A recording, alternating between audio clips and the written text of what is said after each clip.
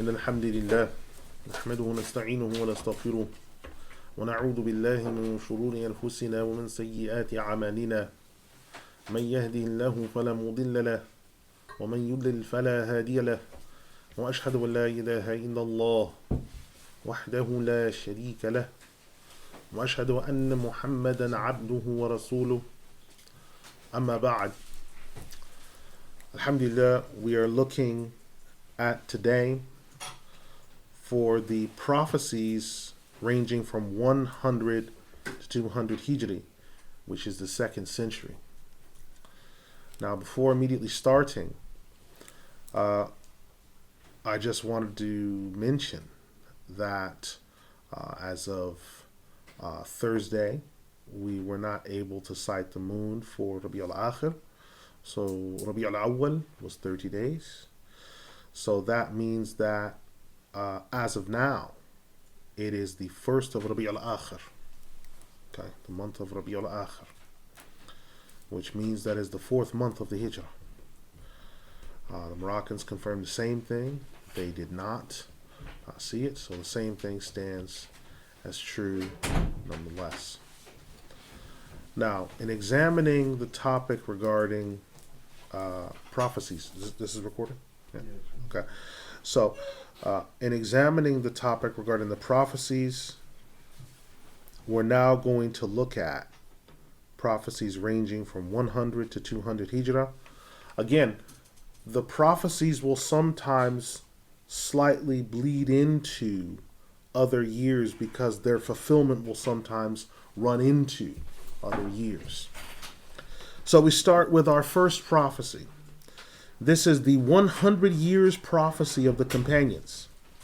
The date it was given was 11 AH, and in particular, Imam ibn Hajj al-Asqalani rahimahullah says it was 1 month before the death of the Prophet Muhammad sallallahu alaihi wasallam. Abdullah bin Umar radiyallahu anhu narrated that the Prophet sallallahu alaihi wasallam prayed the Isha prayer in the last portion of his life, and when he finished, he stood up and prophesied, "Do you not see this night of yours? 100 years from now, at the beginning of the century, there will not remain in the land anyone who is alive currently."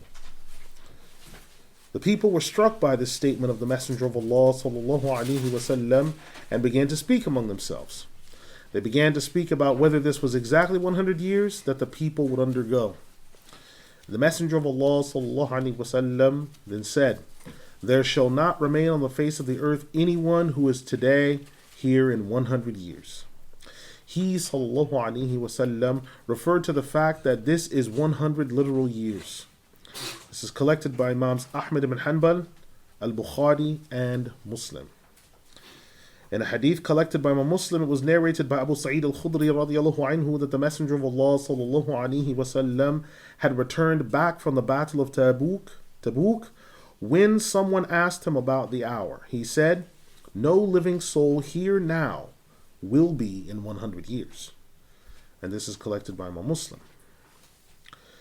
Imam Yahya Nawawi, who died 676 AH, discussed this hadith. He says, quote, "In the narration of Abu Sa'id al-Khudri is this hadith, but the Prophet sallallahu alaihi wasallam made this statement after he had returned from the Battle of Tabuk. This hadith has different narrations that actually explain each other. There is a clear sign in this hadith of the fulfillment of prophecy. The intent of the hadith is that every soul that was alive at that night shall not live more than 100 years thereafter, whether the wording runs its affair before that or not. This hadith does not refer to no one being alive after that night 100 years later. Rather, it means every soul that has already been born." Close quote. So he's not talking about the end of the world. He's not talking about the end of the human race. Imam Nawawi's clarifying that he's talking about those people around him, which is making it specific to the companions, those people around him. 100 years from now, there's not going to be anyone that was here that's still alive. Right? Now, Imam Muhammad Uthman al-Dhahabi, who lived from 643 to 748 Hijri, he said, quote, "Abu Tufayl Amr ibn Wathila is the last of those to have seen the Messenger of Allah sallallahu alaihi wasallam in this life. This state has been the case since that of the late age of the followers and the followers of the followers. No human being can say, I saw the Messenger of Allah sallallahu alaihi wasallam. Al-Bukhari narrated the following in his collection. It was narrated to us by Musa ibn Ismail, who said, it was narrated to us by Mubarak, who said, it was narrated to us by Kathir ibn Ayun, who said, Abu Tufayl narrated hadith to me while I was at Mecca in the year 107.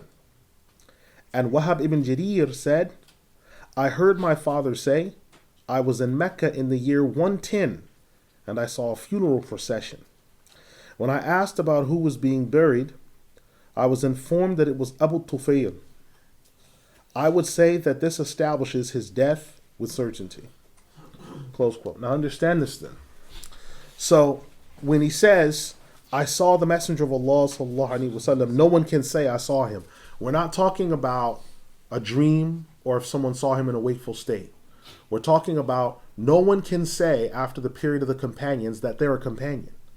Seeing the Prophet ﷺ in a dream doesn't make you a companion.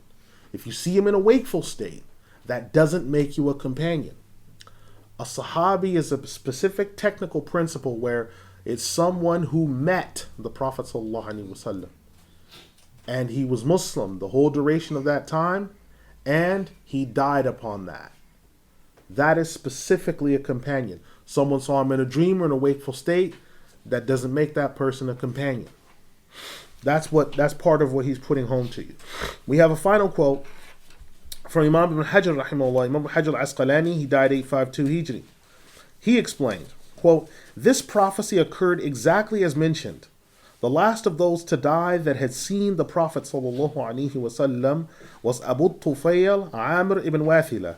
This has explicitly been fulfilled in the Hadith in the collection of Imam Muslim and others besides. He died in the year 110, which is at the head or at the beginning portion of the 100 years that elapsed after the prophecy had been made. It has been mentioned that his death was a little before that. It was also said that he died a small portion before then. It stands to reason that whether or not this is the case, it still fulfills the prophecy. The same regarding the affirmation of whether he saw the Prophet ﷺ before that death or not.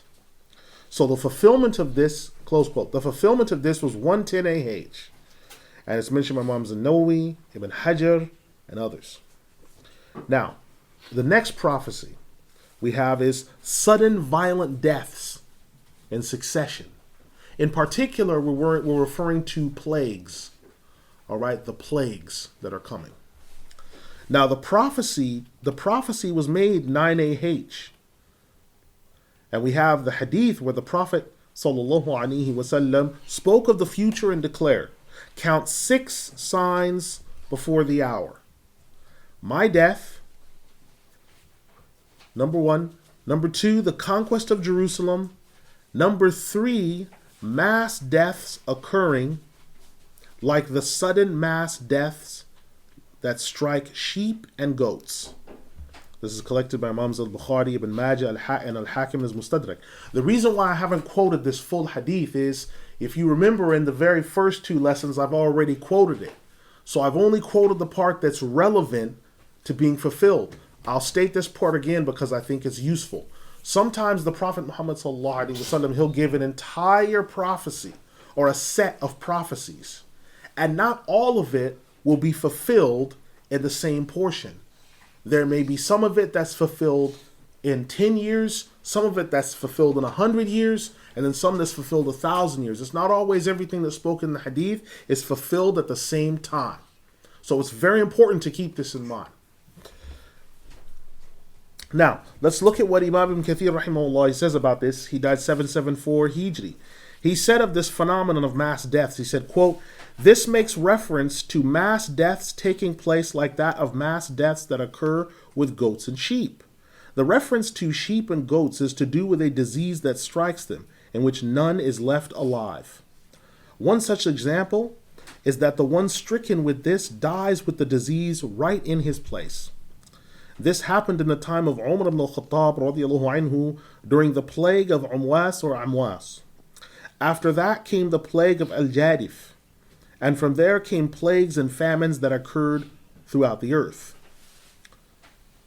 Close quote. So he mentions then that the plagues, the fulfillment of this the beginning of this started in the time of Umar ibn al-Khattab, but it wasn't just one plague. He mentions a series of them. So now we're going to start to look at the fulfillment of this prophecy in a bit more relief. Imam Jalaluddin al-Suyuti, who died 911 AH, rahimahullah, he says, quote, "So this plague occurred as Islam was moving through the earth." Ibn Abi Hajla stated in his book on the plague, "The first plague that happened was in the time of the Prophet ﷺ in year 6 of the Hijrah in Al-Madain. This plague was referred to as Sharuwayh, as was mentioned by someone from Al-Madain. I don't know how many died, but it was said to me that no one died from the ranks of the Muslims." Ibn Asakir mentioned in his Tarikh Dimashq from the transmission of Hamad ibn Zayd from Ayyub, who said, Muhammad mentioned that there was no plague worse than the plagues that struck the following places. Number 1 is the Jard. Number 2, Amwas. And number 3, Al-Jarif. Al-Madaini also mentioned there were 5 major plagues since the coming of Islam. Number 1, Sharuwayh, which was in Al-Madain in the time of the Prophet ﷺ. Number 2, Amwas. Number 3, Al-Jarif. Number 4, the young women. And then number 5, the family of the Prophet ﷺ. In discussing these plagues, we will treat them individually. Close quote. Now, these are the major plagues that are made reference to, that the Prophet ﷺ prophesied these plagues, these mass deaths. Now we're going to start to look at these 5 major incidents. All right, but first we need to talk about location. Now, Amwas is a place in Sham, and the calamity, the actual plague, is called the plague of Umwas. All right, and this was during the Khilafah of Umar. So Umar, he was the Khalifa from 13 to 23 AH, but the calamity struck in 1718, and between 15 and 30,000 people from the Muslim army died during the plague of Amwas. Between 15 and 30,000.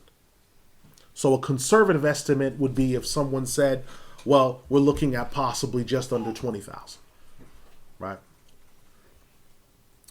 Nothing is known only for this calamity. This area is not known except for this calamity, and was mentioned in detail by Imam Abdul Ghani ibn Abdul Wahid al-Maqdisi in his historical work. Al-Barzanji says of this matter, quote, Saif ibn Umar narrated from his sheikhs who remarked, when the plague of Umwas happened, which was twice, no one had seen anything like it. It carried on from the month of Muharram into Safar. It then stopped and returned, and many people died. The enemies of the Muslims started gaining a foothold in the battle in Syria, and this put fear into the hearts of the Muslims. The people of Al-Basra were also affected by the fallout of this plague, and a large number died.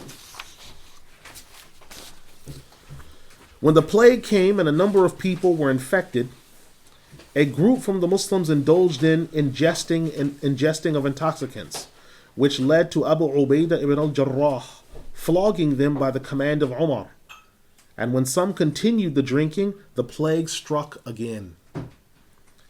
Hisham explained that the only reason the plague struck was that there were those Muslims who had engaged in taking intoxicants. Those who died in the plague of Umwas included some of the well-known companions, such as Abu Ubaidah ibn al-Jarrah, Mu'adh ibn Jabal, Sharhabil ibn Hasana, Al-Fadl ibn al-Abbas, who is the nephew of the Messenger of Allah sallallahu alaihi wasallam. We then have Abu Malik al-Ash'ari, Yazid ibn Abi Sufyan, the brother of Muawiyah, as well as Al-Harith ibn Hisham, who was the brother of Abu Jahl, and then there was also Abu Jandal, who was among the dead. This is the same Abu Jandal who came to the Treaty of Al-Hudaybiyah and was led away in chains. Suhail ibn Amr had been one of the signatories to the treaty in Mecca and acting on behalf of the Quraysh. He was also the father of Abu Jandal. Close quote. Now, someone could ask, but wait a minute. Abu Ubaidah al-Jarrah and all these other people, they didn't do anything wrong. In fact, Abu Ubaidah al-Jarrah, he flogged the people for taking intoxicants. These are righteous people. And Allah had them killed in the plague. Okay, let's go back to the Hadith in Al-Bukhari. The Prophet ﷺ, he wakes up suddenly from his sleep. And he says, La ilaha illallah, waylul al-Arab. Woe be to the Arabs of a tribulation that is to come.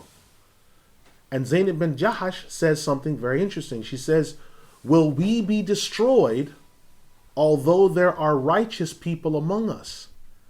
And he said, yes, when filth and depravity spreads.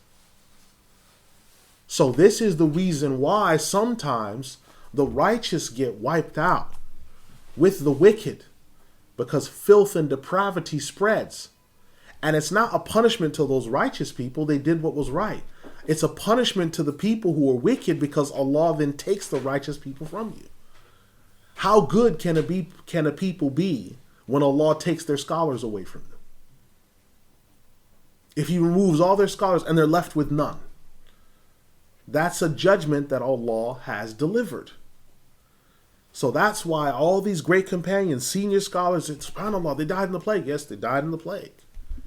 Because those people continued indulging in those practices after they were flogged. So that's why sometimes the righteous die along with the wicked when Allah sends His punishment and His plagues. Now, Imam Imad al-Din ibn Kathir, rahimahullah, he stated, quote, Amwas is a small area between Jerusalem and Al-Ramla. The plague started there and then spread to the rest of Sham and worsened. Thus, it was not at Amwas. Close quote. So what he's saying is the plague didn't start at Amwas. It started between Jerusalem and Al-Ramla. That's the epicenter. You know how you have these scholars that today you have people that specialize in poison control and the Center for Disease and Poison Control companies and things, and they find out, okay, where did this disease happen? Our scholars used to do that. The Muraji' do that. It's even still today. They're like, okay, where did this start? And they pinpointed it all the way down. Remember, this is without the hazmat suits. This is without all the fancy medication that they say that you need in medical school and all. They didn't go to a school where some bushy-haired old white men specialized them. How did they know this information? Because the greater the knowledge of the revealed law that you have, the more Allah opens up things to you. So he said the origin of this is between Jerusalem and Al-Ramla. Now, Imam ibn Kathir, rahimahullah, goes on to say, quote, in the year 53, in the month of Ramadan, there was another plague in which Ziyad ibn Abi Sufyan died in it, who was also referred to as Ziyad ibn Sumayyah, as his mother died in the plague.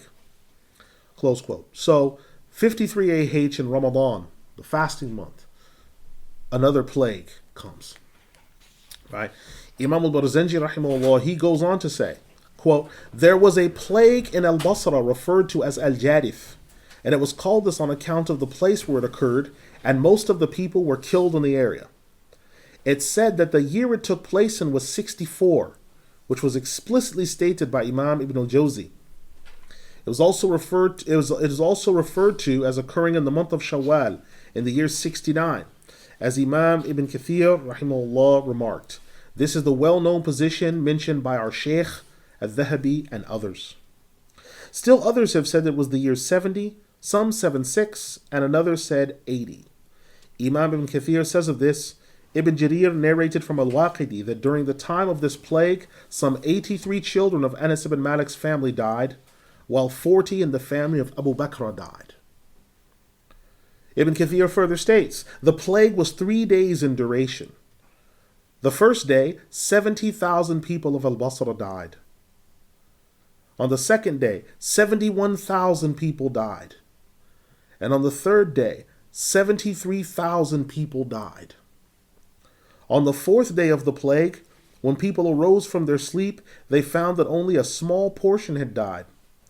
The mother of the governor of Al-Basra had died, but so many dead people were in the city that there was no one to carry her to the graveside.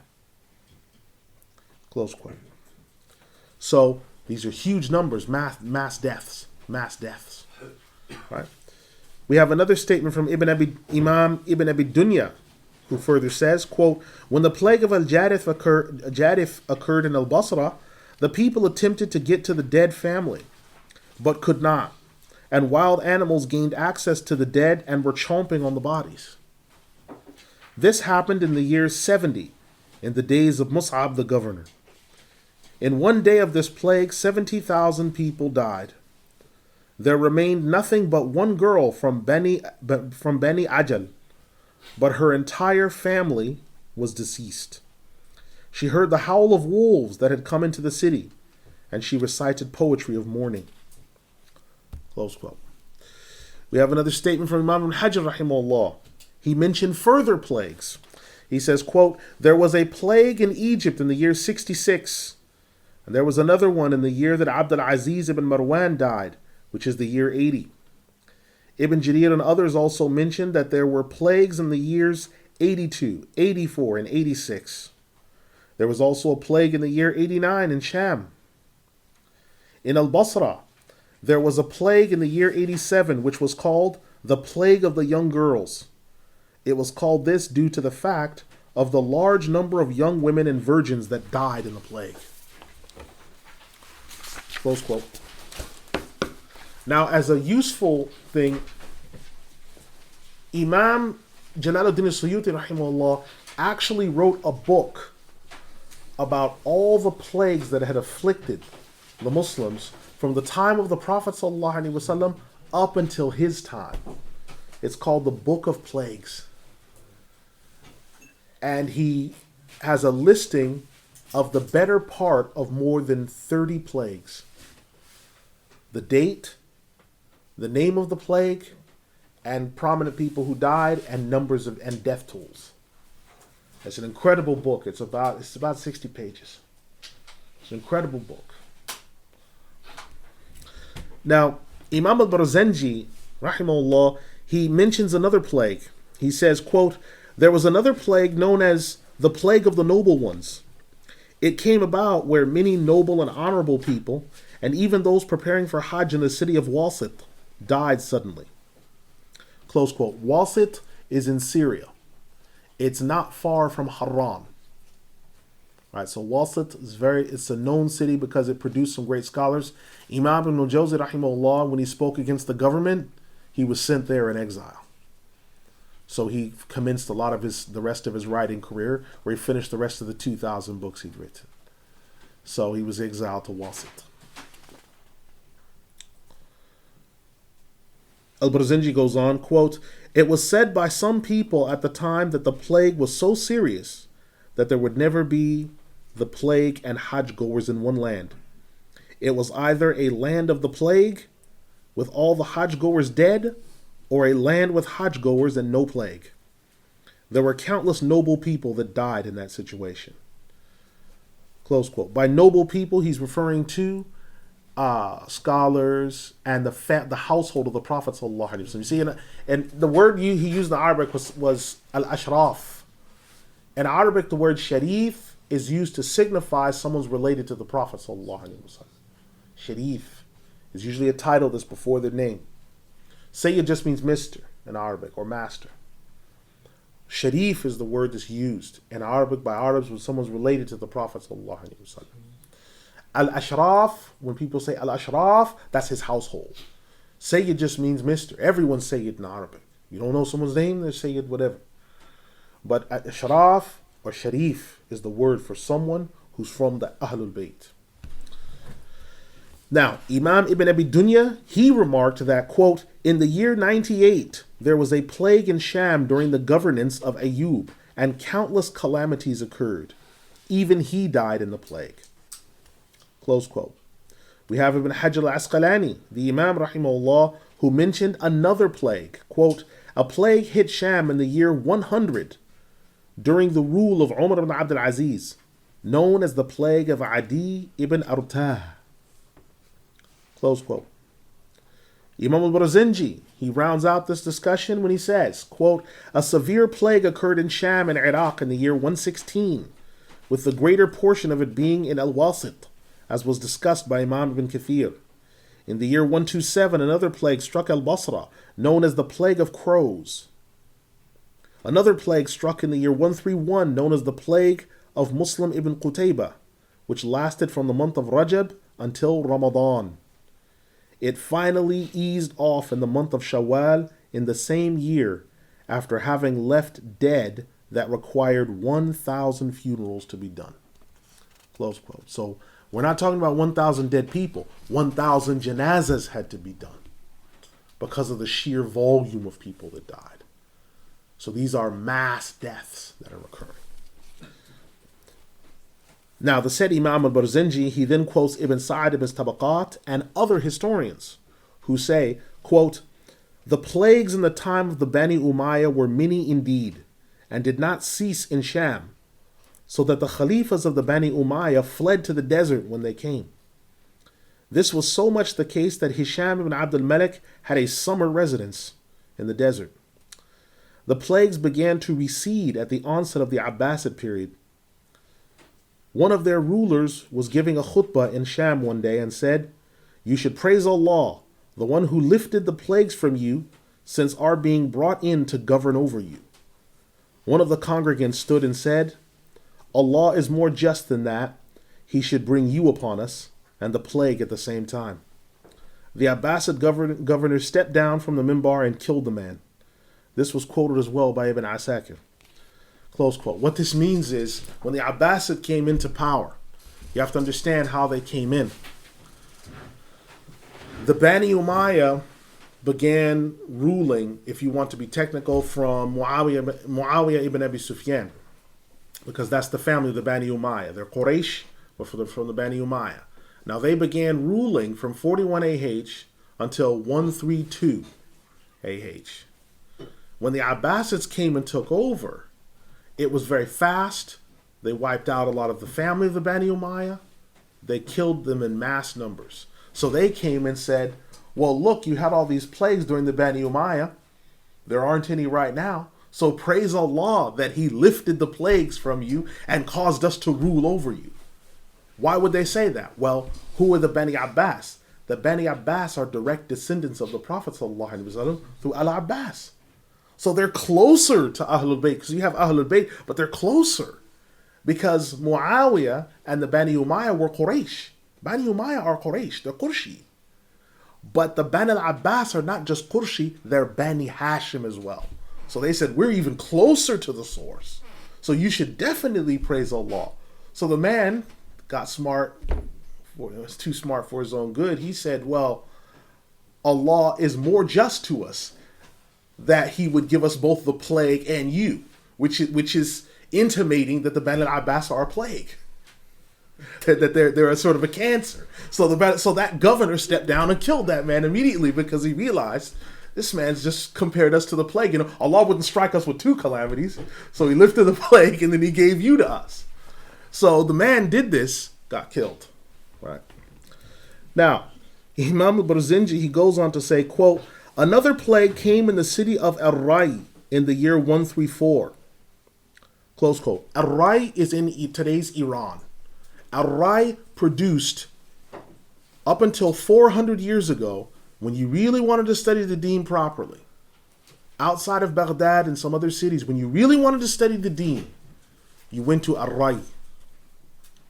I can quote 50 scholars that are from Ar-Rai, in fact, magnificent scholars. But when the Al-Khanid Shia came in, all that changed 400 years ago. Iran has only been Shia for 400 years. And a third of the country is still Sunni. So most of these things that we're seeing today are very new.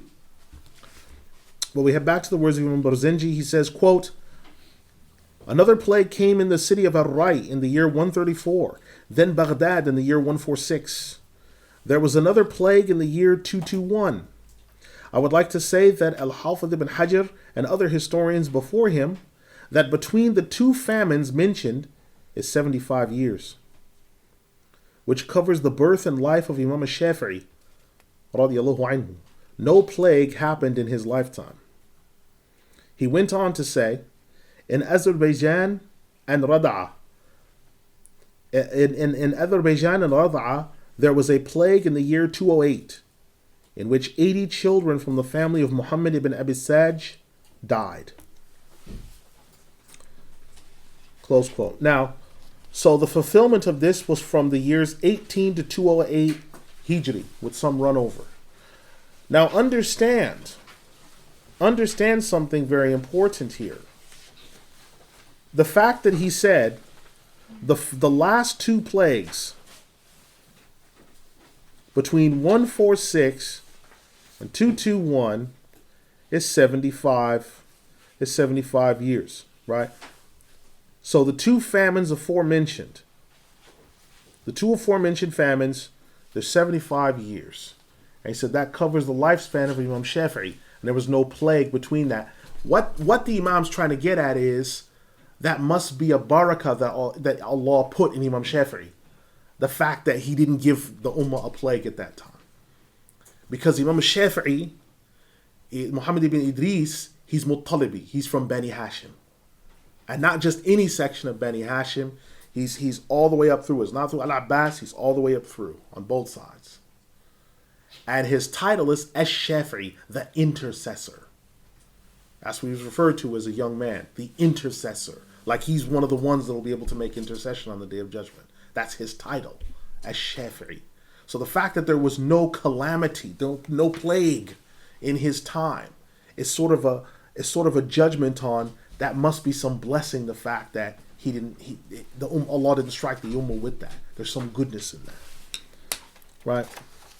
Now we have another prophecy, which is continuous violation of the Kaaba, which is the prophecy was made on 9AH, and it's more of a emphasis of what we covered somewhat before, where Imam al-Barzanji rahimahullah, he says in his prophecy of this prophecy, he says, quote, Al-Husayn ibn Ali alayhi salam, when he left from Mecca to make his way to Al-Kufa, people advised him not to go. Al-Husayn said in response, my father, meaning the Prophet sallallahu alaihi wasallam, told me that the sanctity of Mecca would be violated. That I be killed outside of it by a handspan is more beloved to me than being killed inside of its boundaries. This indeed occurred in the era of Yazid, just as has occurred in the time of Abdul Malik ibn Marwan, at the time that he sent out Al-Hajj ibn Yusuf to enforce the rule, killing Abdullah ibn Zubayr and demolishing the Kaaba, radiallahu anhu. The Kaaba would be violated yet again in the era of Abu Tahir al-Qarmati. Close quote. Now, Abu Tahir al-Qarmati is the leader of a group called the Qaramita. The Qaramita had strong connections to the Shia and the Batiniya. They came, burned the curtains of the Kaaba, took the black stone, broke it up into pieces, and escaped into Iraq with it. And it wouldn't be until some years later, close to a century, that they'd be able to get the black stone back and fit it back into the recess of the wall. Before that time, there was 100 years where black stone wasn't even in the recess of the Kaaba. Kaaba had been rebuilt, but the black stone wasn't in the wall because the Qaramita had stolen it. Right? And this is mentioned by Imam al-Jawzi in his text Al-Muntazim. Now, Imam al-Barzanji goes on to say, quote, this has also occurred a number of times subsequent to the aforementioned. One such instance in which many of the household of the Prophet sallallahu alaihi wasallam from the house of Al-Hasan were killed. The Kaaba will also be violated at the time of the emergence of the Mahdi. The last one to violate it, the Kaaba, will be Dhus Sawaqatain from Abyssinia. He will violate the sanctuary, destroy the house, stone by stone, brick by brick. The Kaaba being violated at the emergence of the Mahdi and the very end of things shall be mentioned in due time if Allah wills. Close quote. So this violation of the Kaaba is something that has occurred repeatedly. Remember, for 1,000 years, there were mushrikeen making tawaf stark naked around the Kaaba. There were idols, and that's a violation. For 1,000 years, there was violation. So don't think, oh, alhamdulillah, after the conquest of Mecca, that's it. It hasn't. No. There were violations that happened after that point. Violations, definite and serious ones. Right now, we come to our next prophecy, a steady succession of signs after the year 200 AH. This prophecy was made in 9 AH. This prophecy, I really want us to take a careful look at it, because it gives us sort of a, if you could take the calendar of prophecy and sort of look at, because if you've ever had a calendar where you put it up on your refrigerator or in the wall, the really important dates you sort of circle. Well, I want you to start looking, and I'll draw them up, at the important parts to circle on the calendar of prophecy where you need to say, okay, things are really speeding up here. These are examples. I'm going to show you 2 examples. The Prophet ﷺ, he said, after 200 years shall be the succession of signs. Imam al-Barzanji states, this refers to 200 years after the Hijrah and also 200 years after the 1000th year of the Hijrah. However, it is more emphasized that most of the signs mentioned regarding earthquakes, winds, landslides, raining blood and stones, the tribulation of the Mu'tazila, the tribulation of the Qaramita, the Zanzibarians, the screech of the falcons, the screech from the sky, the flood, the fire, and other things have only occurred in the years 200 and onwards in the last portion of the rule of Al-Ma'mun, and then multiplied in the time of Al-Mutawakkil. Keep in mind the Hadith, the best of you come after 200. Along with the Hadith that has some weakness in it, there will not be born after 200 anyone that Allah has any need of him. This is not conditioned by the appearance of the near prophecies of the hour, with what is 200 years after the 1000th year of the Hijrah. Now reflect on this matter. Close quote. Now understand this then. In the year 200 of the Hijrah, because the Hijrah, that's 1 year, 200, that's 200. So a great many of the signs, there's a succession of signs from 200 Hijrah on. There's a bunch of them that happen in succession. So that's the first part on your calendar, your prophecy calendar, you should circle. 200 Hijri onwards, you circle that. There's a succession and an abundance of them. Look at how many we've already covered. But from 200 Hijrah on, there's an abundance of them. Now, it's like a growth spurt. When children go through a growth spurt and they eat a lot, you go to the doctor, you say, I think something's wrong with my child. He's drinking and eating a lot. No, sir, your child has a growth spurt. Well, prophecy has times where there's a spurt of prophecies that come and get fulfilled. There's a spurt of prophetic things that happen. The first such instance is 200 Hijri. The next such instance is 1200 Hijri, where there's this burst, this gust of prophecies that happen, and not just a drop here and there, right? So there's some important points. Now, when you look at the Hadith, the best of you come after 200. We're looking at the best regarding the Muslims because he's using the plural form tum, so he's not talking to the companions. He's talking about a you in the ummah-wide sense. So we're excluding the companions. Well, what's coming after 200? Imam Shafi'i, Imam Ahmed, the rest of the tabi'een. And then it says, whoever, there will not be born after 200 anyone that Allah has any need of him. Why? Because that's post verse 3. Go back to the Hadith again. The best generation is my generation, then those who come next, then those who come next. Now, Imam Ahmed is the last one to have seen someone who saw the Prophet Muhammad sallallahu alaihi wasallam. So with dust being put on his head, that ends the third age.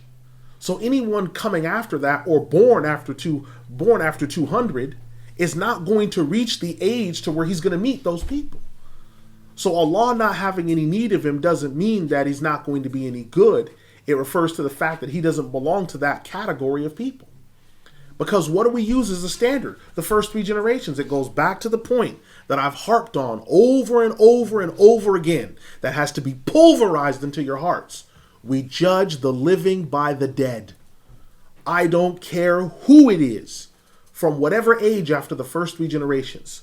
We judge them by the standard of the first 3 generations. If they do not match, because there's no way someone could know more about this religion than them.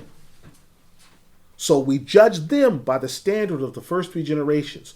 What they knew as religion was religion. What they didn't know isn't.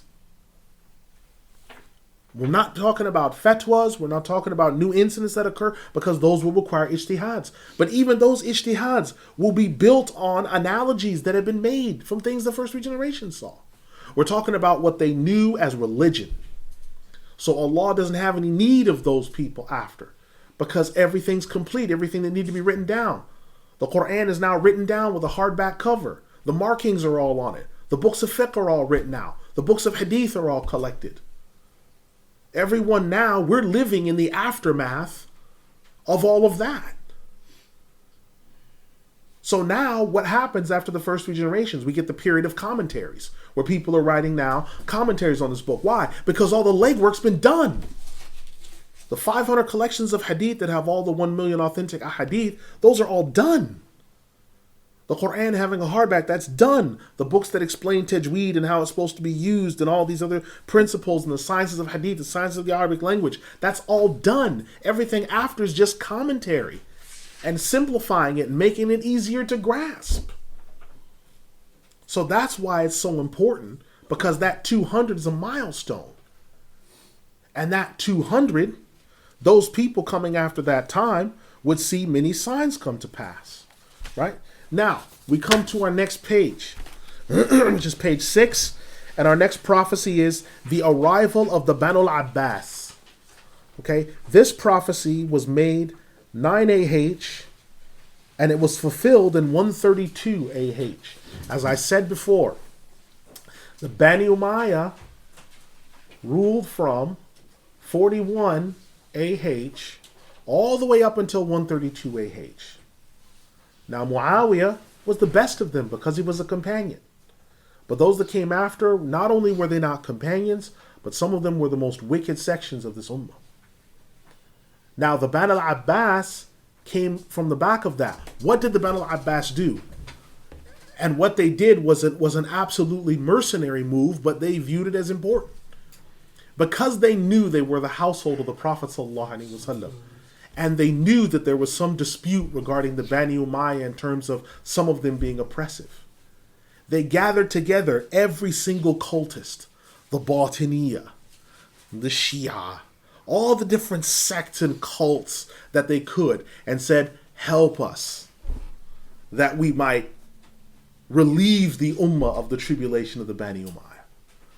So they formed this huge army in Khurasan and all the eastern areas. Because what are the Ajam, what are the non-Arabs going to think? They're related to the Prophet ﷺ. They can't do any wrong. And they're Arabs as well. They must know. And so they followed the Banu Umayyah, they followed the Banu al-Abbas. Just like what happens today. Just like what happens today. They're related to the Prophet ﷺ. Then they molest your children. They're related to the Prophet ﷺ. And then they take money and steal money from the masjid. They're related to the Prophet ﷺ. They must know. They're Arabs, and then they're carpet bombing cities. They're Arabs, they must know. So it's the same thing. Now, the Banu al-Abbas, they sweep in and they drive the Banu Umayyah out. Mass killings. The Banu Umayyah flee to Andalus. Abdurrahman al-Dakhil, everyone else, he's got a bounty on his head, they escape. They continue the Banu Umayyah ruling system in Andalus. And for the first time in history, you have disputing khalifas. There's 2 now. You have the Banu Abbas saying the Banu Umayyah are illegitimate because they're oppressors and we had to come in and stop them, and we're closer to the Rasul sallallahu alaihi wasallam anyway. Yes, we're both from Quraysh, but we are Qurshi Hashimi. We're the best of the best. Haven't you heard the hadith? From me shall come As-Safah, from me shall come Al-Mansour, from me comes the Mahdi. That's us, that's Banu al-Abbas. They quoted the hadith. What can you do? They're Arabs, they're Banu al-Abbas, they're Ahlul Bayt. You can't do anything now. So the people trusted it. Now, once Banu al-Abbas took over, they said to all the people that had helped them, of all the cults, they said, you are no longer required and you are to be exterminated.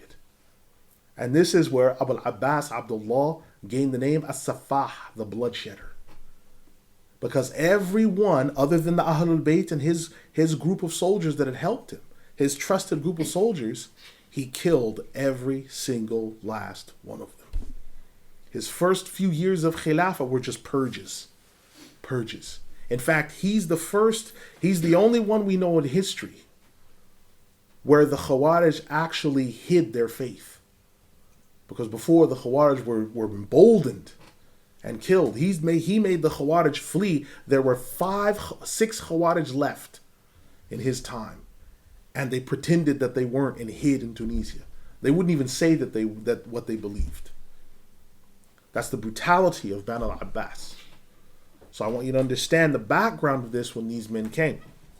So we're going to look at some hadith. It's narrated by Umar radiallahu anhu that the Prophet sallallahu alaihi wasallam said, when the flags of the Banu al-Abbas fly from the outlying lands of Khurasan, then they have come for the things of Islam. Whoever travels under such a banner shall not have any intercession reach him on the day of resurrection. This is collected by Abu Nu'aym al-Asbahani in Hilyatul Awliya, Volume 2, pages 123 to 125. The banners of the Banu al-Abbas are black. So they would have a simple, plain black flag. And it's so strange that today people will insist on having a black and white flag. The black flag is the symbol of the Banu al-Abbas. That's not, the Prophet ﷺ did not carry a totally starch black flag with La ilaha illallah Muhammad Rasulullah. He never carried a flag like that. Never. There's no text. That's the Banu al-Abbas. That's the white, that's the Bani Umayyah. And you'll see posters where they'll have the black and white. These are the flags of Islam. Are they? It looks like the flags of the Banu Abbas and Bani Umayyah. So this is an important thing, those banners that they have. Now Abu Umama narrated that the Prophet ﷺ said, there shall appear banners in the east that are those of the Banu Abbas. The first of them are symbolizing ruin. The last of them symbolize ruin. Do not help them, as Allah will not help them. Whoever goes under one of their banners, Allah shall enter him into the fire on the day of resurrection. Is it not the case that the worst of creation are there, and their followers are the worst of creation? Yet they claim they are from me, but they are not. This is collected by Imam Tabarani in his Al-Mu'jam. It is also narrated from Thoban, as well as Makhul, in an attributable chain, and Ali ibn Abi Talib from the Prophet ﷺ, who said, what is the matter with the situation that for the Banu al-Abbas, they shall divide my ummah into factions, spill its blood, while they are wearing the black garments. May Allah dress them in garments of fire. This is collected by Imam Tabarani al-Ma'jam again. The one before was volume 2, pages 210 to 213. This one is volume 3, pages 212 to page 215. The Prophet ﷺ said, there shall come a time upon you in which there shall be the rulers that take nearness to the worst of people, and they shall delay the prayers from their times. Whoever among you should know them at that time should not be an arifan, a policeman, a jabian, or a treasurer. This is collected by Abu Ya'la al-Mawsili in Al-Musnad, volume 2, pages 361 to 362. So the Abbasid rule, okay, the arifan, okay, is being a seer, right? Assisting them like working in their court, a courtesan or a seer in their court, the arifan. Policemen, obviously, because the Abbasids were the first ones to bring in police. There wasn't a police force during the time of the Abbasids. Muslims had local militia groups. That's what they had. They didn't have a police force That's new. Now, where did the Abbasids get that from? Well, the police forces were used to do what?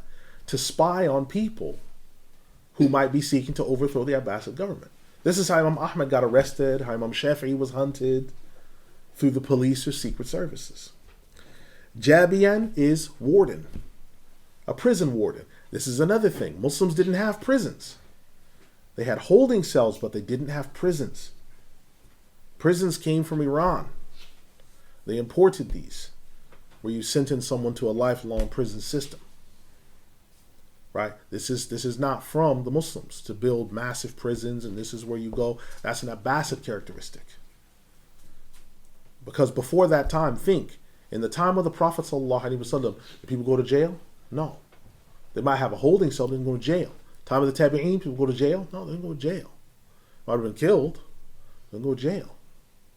Then finally you get the Banu al-Abbas, the time of Imam Ahmed and those people. Now you start hearing of people getting locked up, people being spied on, secret police. The Abbasids also attempted to outlaw weaponry. They tried to collect all the swords.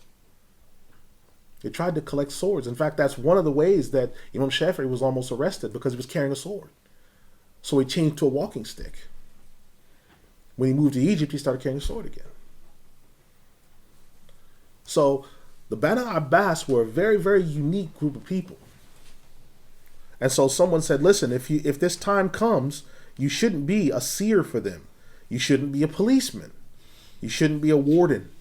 And you shouldn't be a treasurer. Because the Abbasids were using the money. Yes, some of the things the Bani Umayyah did, for example, if someone became a Muslim, the Bani Umayyah would call you a mawla, which means a freed slave. And you'd still be paying a mawla. It wasn't jizya. They said, well, it's not jizya you're paying. It's like, but it's the same amount as jizya. It's like, yes, but what's happened is you're my client because you became Muslim through me. And I'm an Arab Muslim, and you are a non-Arab Muslim. So you are my client.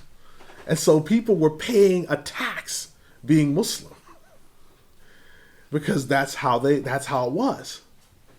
Now, the Banu al-Abbas overthrew that system. And said, no, when people become Muslim, that's it.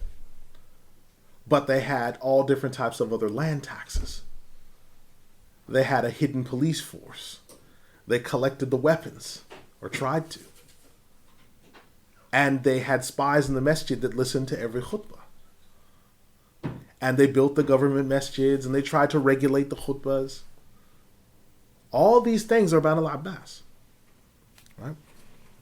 Now, Imam al-Barzanji, rahimahullah, he says of them, he says, quote, even with all of this, there was narrated by As-Suhrawardi and others with an authentic chain that the angel Jibreel alayhi salam came to the Prophet sallallahu alaihi wasallam while wearing black clothing and said, Muhammad, these are the clothes of the children of your uncle, Al-Abbas.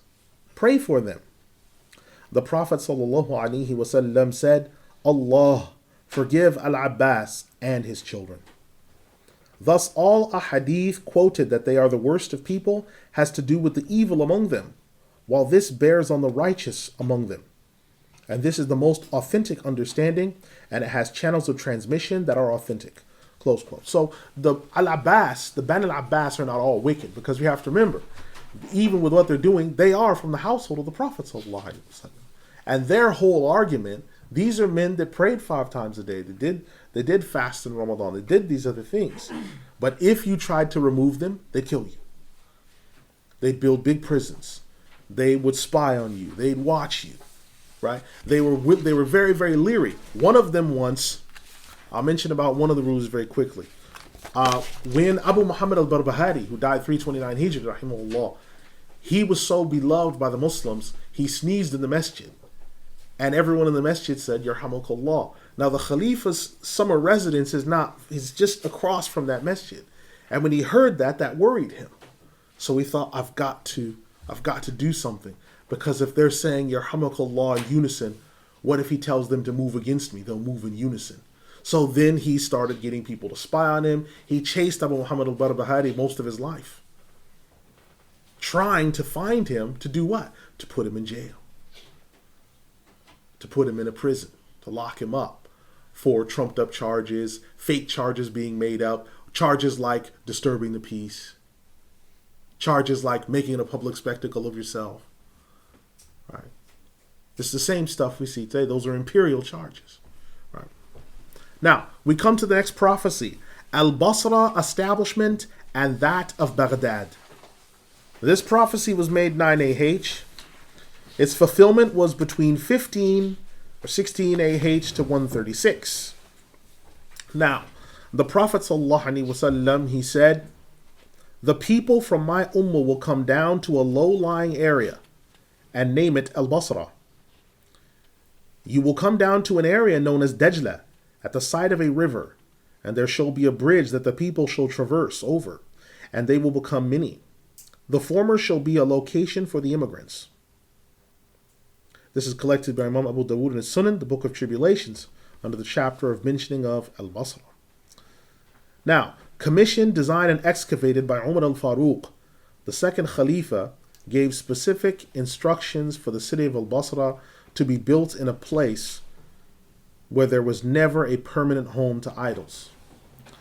After digging deep in all directions, it was found that the land fit the edict, and construction began in 15 AH and ended 1617 AH, in which he started populating. Now, after the order to populate it was delivered, people started coming to this new location. You had teachers, soldiers, people of merit and standing that were sent with the sole purpose of passing on knowledge or other affairs. This included companions like Abu Musa al-Ash'ari, Sa'ad ibn Abi Waqqas, Utbah ibn Ghazwan, and others. There were in turn also students of companions like Jabir ibn Zayd, Muhammad ibn Sirin and his sister Hafsa, Al-Hasan al-Basri, Rabi'a al-Adawiyya, Qatada ibn Da'ima, Abu Ayyub al-Sakhtiyani, Amr ibn Qais, Muslim ibn Yasir, among others, who taught creed as well as fiqh.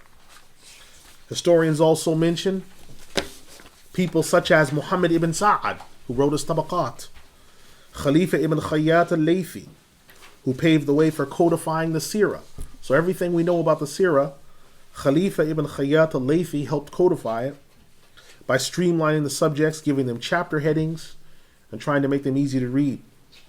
But none of this would have been possible without the companions of the Messenger of Allah, sallallahu alaihi wasallam, whether they were sent on a permanent basis or just to visit and teach. The number of teaching companions assigned to Al-Basra exceeded between 3,000 and 10,000, including no less than Aisha, Al-Hasan, Al-Hussein, Ali ibn Abi Talib, radiyallahu anhum, and a galaxy of other greats.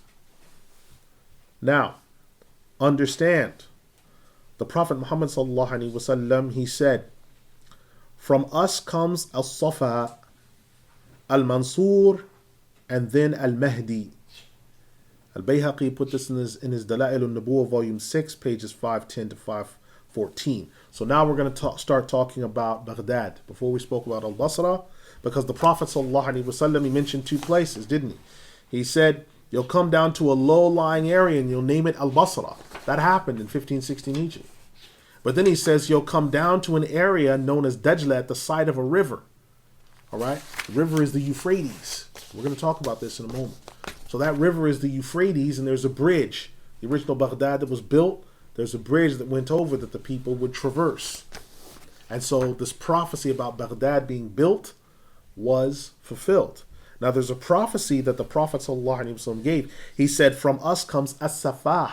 As-Safah means the bloodshedder. Now he gave this prophecy in 9 AH. As-Safah is the first Abbasid Khalifa. Right? Al-Mansour. Al-Mansour is the Khalifa who built Baghdad. It's him. He's the one. And Al-Mahdi, well, that goes without saying. That is the Mahdi. So he says these three are coming from him. Now, that's important. We'll come to this later when we talk about the Mahdi. But I just want to leave this with you. We're told that the Mahdi is coming from, in some ahadith, Al-Hasan. Okay? We're told that he's coming from Al-Hussein. And then we're told that he's coming from Al-Abbas. All the scholars are clear. What that means is that he's a full-blooded Arab. So the Mahdi is not going to be someone where his mom is Ajam and his dad's Arab. Or his mom's Arab and his dad's Ajam. No. the Mahdi is going to be a full-blooded Arab, because the only way to get Al-Hasan, Al-Hussein, and Al-Abbas all together in one person is that both parents are full-blooded Arabs. That's the only way to bring all those people together like that in someone's lineage on both sides, is that the person's a full-blooded Arab. So when someone's like, well, there's a guy, he's saying in Turkmenistan that he might be the Mahdi, well, you can put that to rest. A guy in the Netherlands who says that he's the Mahdi, you can forget about that. Guys in India or Bangladesh or Iran, you can forget about them. They might be nice people, but they're delusional and they need help. Because the first order of business is that the Mahdi is a full-blooded Arab. Right? Now, as for Baghdad, it's known as Dar al-Salam or Madinatul Salam. Al-Khatib al-Baghdadi, who died 464 Hijri, he says in his work, Tariq al-Baghdad. Now, Tariq al-Baghdad is a history of the founding of Baghdad all the way up until the death of Imam al-Baghdadi. That is the most exhaustive book. It's the print copy I have is 19 volumes. Tariq Baghdad. It's a huge book. He not only tells you the founding of Baghdad, he gives you the historians that lived there, the poets, major incidents that occurred, the scholars that lived there, who's buried in what places, the graveyards, the masjids, the madaris, the schools, the first Bamiristan, which later became Mustashfa Hospital. Bamiristan came from the Farsi, the first Bamiristan, the first hospital, right? When they decided that we're going to have not only treatment, but we're going to combine using herbs and treatments on people with the actual patients being in one place, not at home. We're going to have them at some place where they leave home. And this is the rise of the Bamiristan, right? He covers all these things, right? Abul Hassan coming to Harun al-Rashid with the first bifocal and the first telescope, and Harun al-Rashid taking it the wrong way around on the big side and looking through and said, I can't see any enemies through this. How will I use this worthless device? And he says, no, the other way around. And so the Amir al-Mu'mineen took it the other way around. He said, what will I do with this device? I can see things far away. I'll hear the enemy's footsteps. He says, no, you look at the stars. So he says, you're right. We'll look at the stars and chart the sky, and we will name them after me and members of my family, and whoever doesn't shall be killed. So then there was a race that Abu Hassan had to get all these stars named. So these are all amazing things that are part of our history. So remember, Baghdad, there was a time, just like Baghdad, Cairo, those were built by Ahlul Bayt. They didn't exist. People think that in the times of the pharaohs, they must have ruled from Cairo. There was no Cairo 1,400 years ago. There wasn't one. Cairo was built 1,200 years ago. Before that time, in northern Egypt, there was no major city. The major cities were Alexandria in the north and Thebes in the south. There was no Cairo. It didn't exist. So they had to put something there. Just like in Iraq, you had Al-Basra and Al-Kufa. There was no Baghdad. For 100 and something years, there was no Baghdad. So they decided, we need to build something. We need to make something. Now, Baghdad was built in a circle, and it had 7 gates, the original layout for Baghdad. He gathered together, Abu Jaffa Al-Mansour gathered together all of the wise and noble civil engineers, Muslim and non, Arab and non, and said, I have a project for you. And when he told them about the size of the city he wanted built, they were amazed and said, how soon could it be built? And they said, we could build it in this time. He says, okay, but if you do not, I will kill you all. So, no pressure. They got work on laying the foundation for the city. The Iranian builders, initially, before it was given a name, because the Khalifa of the time, Abu Jaffa Al-Mansour, wanted the foundation laid, and then he wanted to look at the foundation after it had dried and give a name to the city. But the Iranians that were there started calling it Baghdad because of the location where it was. Just Baghdad. It's a Farsi word that just meant the place where they're pouring the foundation. So they just started calling it Baghdad, and for a lot of people, the name just stuck. Now let's look at what Abu Jaffa Al-Mansour, who was known for his quick temper. You have to remember, this is the same man who had Imam Malik's arms pulled out of the sockets. He had Imam Abu Hanifa rahimahullah poisoned. This is the Abu Jaffa Al-Mansour. This is him. This is the very one who, when someone attempted to correct a point that he made, because he was talking and he quoted an ayah, but the context he was mentioning the ayah in was wrong. And a man corrected him and said, the context, that's not the context of the ayah. He said, really? He said, yes. He says, what's your name? He gave his name, and he turned to one of his other quarters and said, kill him and kill the men in his family. No one humiliates me and no one corrects me when I'm talking. So they went and killed that man and killed all the men in his family. This is the Abu Ja'far al-Mansur, one of the most dangerous of all the Abbasid Khalifas. You didn't want to get on the wrong side of him. He tried to make Imam Abu Hanifa chief qadi in his time. He said, I like you. I think you should be my chief qadi. He says, I can't. I have too many obligations. And he said to Abu Hanifa, you're a liar. And he said, okay, well then if I'm a liar, I'm not fit for the post because a fasiq can't be chief qadi. So now he got out of it again. So this was an extremely dangerous individual because Abu Ja'far al-Mansur, his word was final. His word was final. Now, let's read a little bit about him. Al-Khatib al-Baghdadi, rahimahullah, wardah, he says, quote, Abu Ja'far al-Mansur sought permission for the purchase of the land where the new city would be built in the year 136. The building of the foundation started in the year 145, and the completion of its pouring was in the year 146. The Khalifa decided at that point to name it Madinatul Salam. Close quote. So the actual name of Baghdad, to be technical, is Madinatul Salam. Sometimes it's called Darus Salam. It was called Darus Salam, but it was known generally as Madinatul Salam or Qubbatul Islam, the Dome of Islam. Now, Abu Ja'far al-Mansur, so he says you're going to come down to Dejla. Dejla is along where Baghdad was built, next to a river, which was near the Euphrates. So that city of Baghdad, which is Madinatul Salam, was built. And it outmaneuvered and grew bigger than all the other places around. It was bigger than Al-Kufa, it was bigger than Al-Basra, because he wanted something that outshone all the other cities, because he was going to live there. Now it had 7 gates, and the gates faced out towards the different countries he wanted to march and conquer, or where the different artisans would come through. So there was what's known as the Bab al-Hindi, the India gate. So that's facing out towards India. So when we conquer the Indians, and also when they come, they will enter through that gate, and they will not enter through any other gate.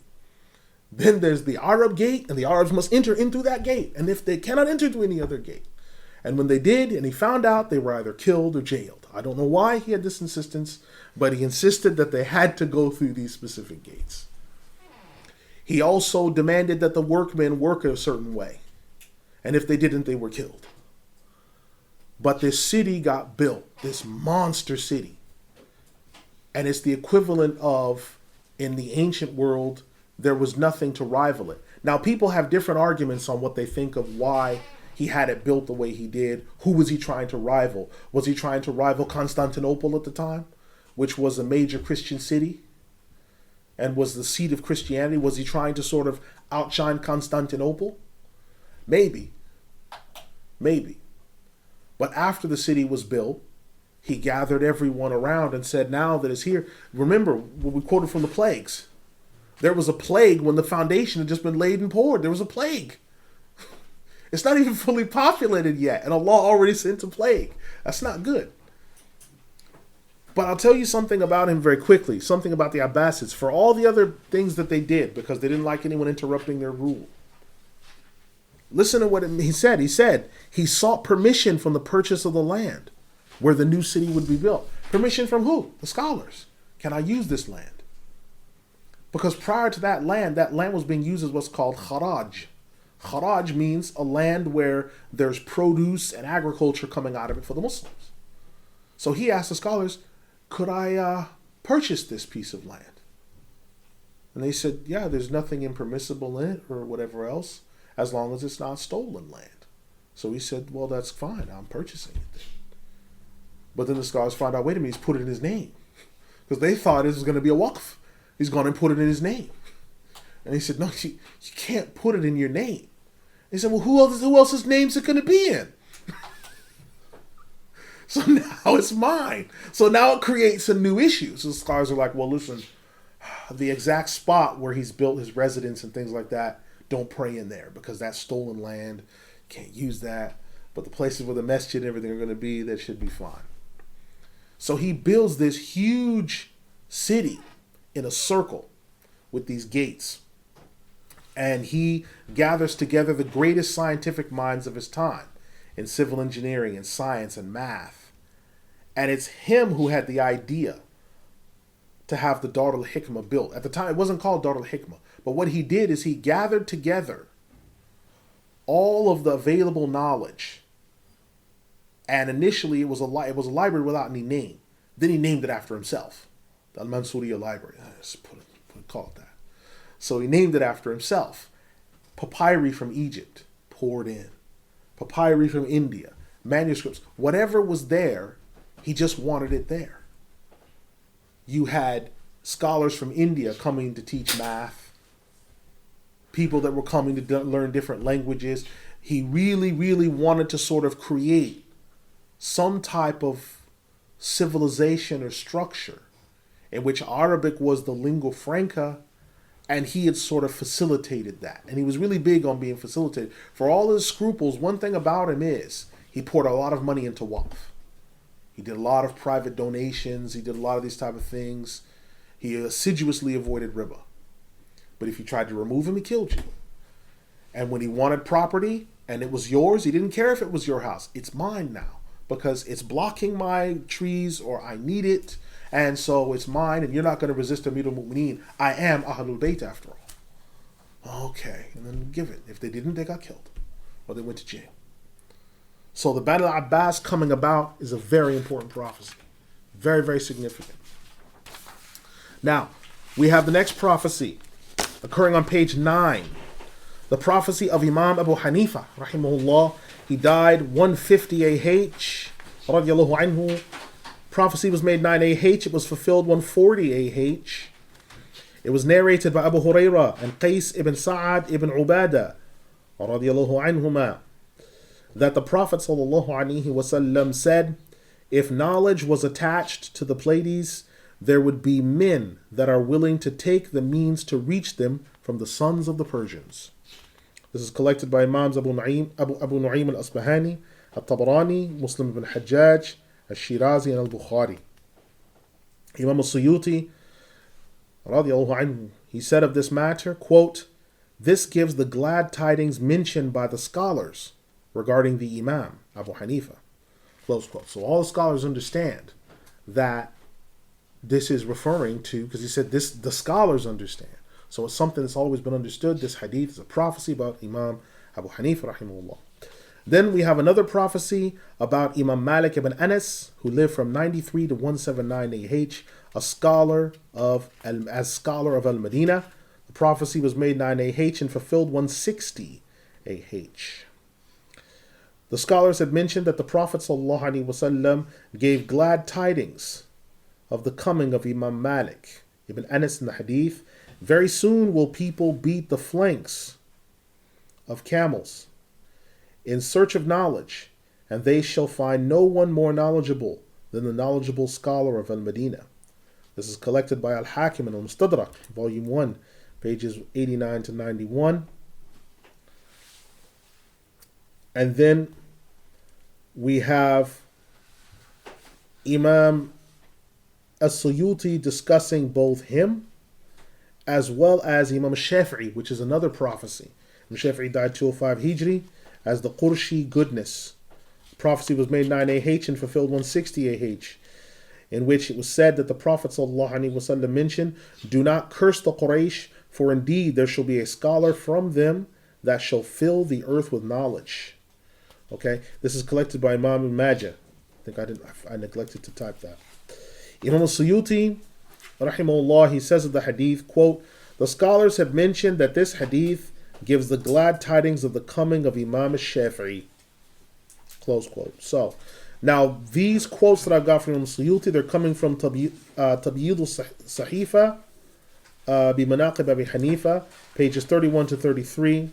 Okay, these are mainly talking about he decided to write this book.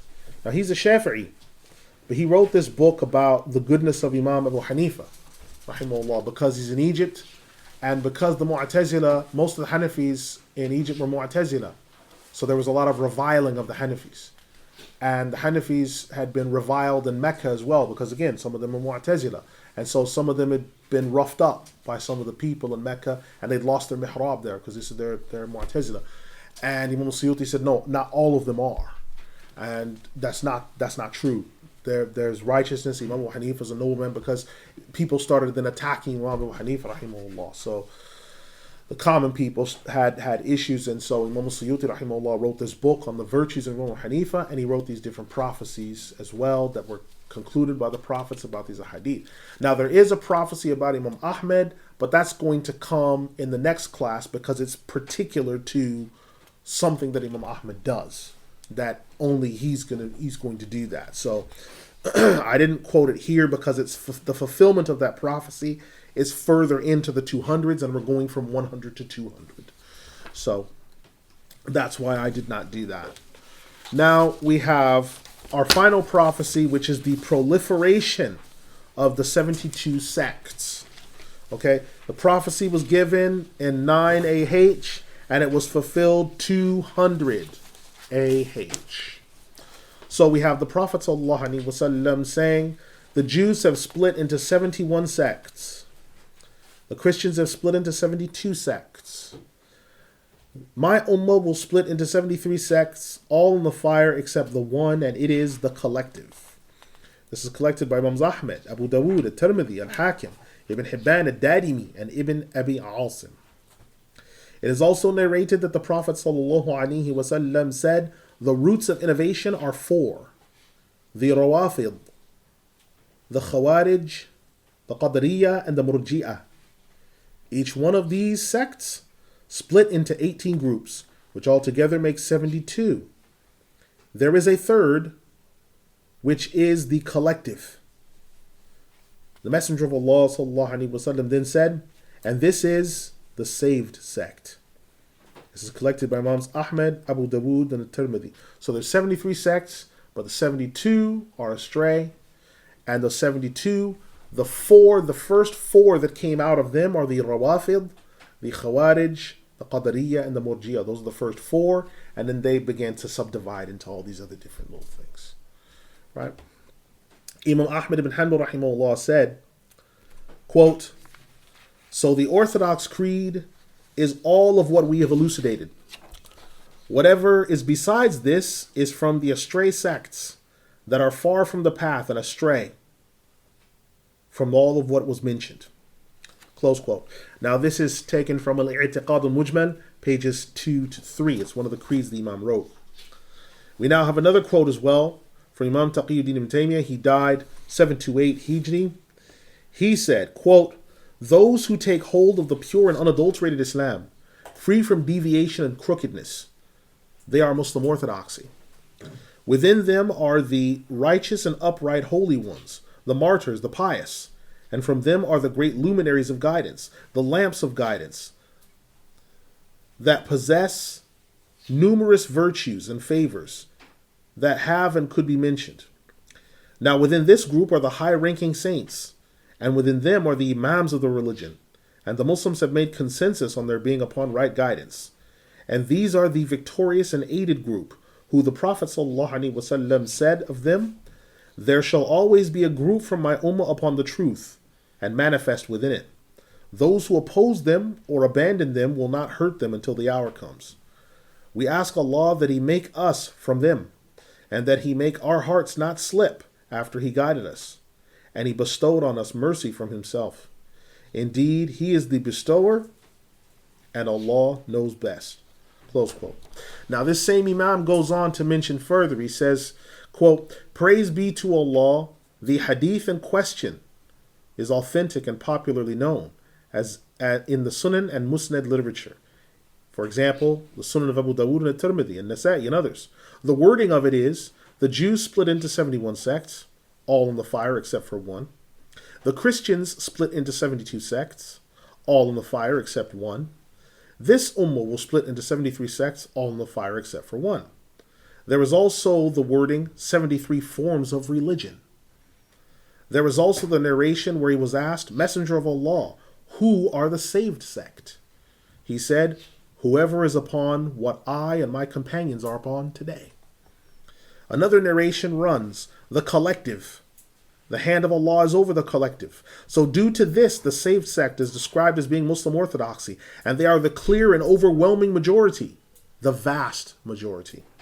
As for the other cults, they are divergent, filled with splinter groups, innovation, and false desires. The cult from these groups does not reach anywhere near the number of the saved sect, especially in terms of actual numbers. Indeed, the groups among them are so small, and the main signs of these cults is contradiction and opposition to the book, sunnah, and consensus. Whoever spoke with the book, sunnah, and consensus is from Muslim orthodoxy. Close quote. That is from his Matn al-Aqidat al-Wasitiyah, pages 30 to 31, and his Majmu'at al-Fatawa, volume 3, pages 214 to 215. Now, there's two important points I want you to consider here as well. The first is this. Muslim orthodoxy, or the Arabic expression Ahlus Sunnati wal Jama'ah, is the big body of Muslims. It gets generally shortened down to Sunni, but it's the big body of Muslims. That is the saved sect.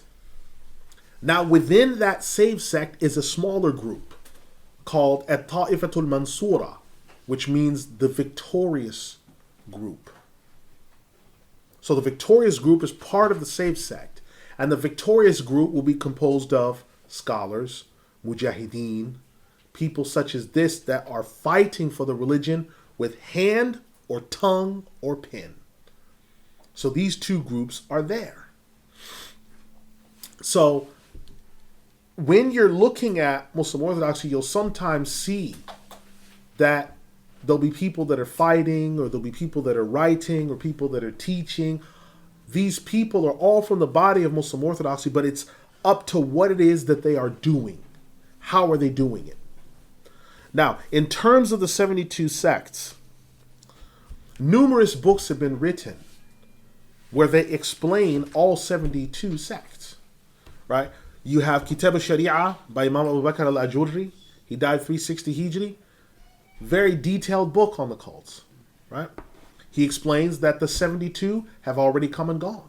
Most of them are defunct, right? You have Imam al-Shahrastani, the big alim, Imam al-Shahrastani.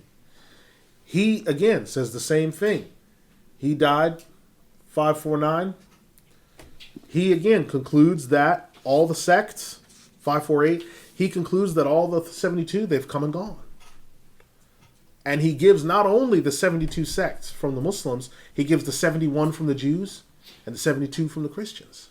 And then he goes into detail about how the Brahmins broke into groups, how the Hindus broke into groups, the difference between Theravada and Hinayana, the difference, what happened to the Buddhists of Tibet, the Buddhists of the Buddhists of Java. He goes into painstaking detail, right? Then you have a personal favorite. This is one of my favorite books. Al-I'tisam by Imam Abu Ishaq al-Shatibi rahimahullah. He died 790 Hijri. He goes again into painstaking detail. Listen, 72, they've come and gone. They've been and gone. Most of them are defunct. So what I'm going to do is I'm going to go through the groups, inshallah. It's up to you whether to write them down or not, but part of it I just do for recording's sake, because to show the 72 sects have come and gone, it's what everyone's agreed upon.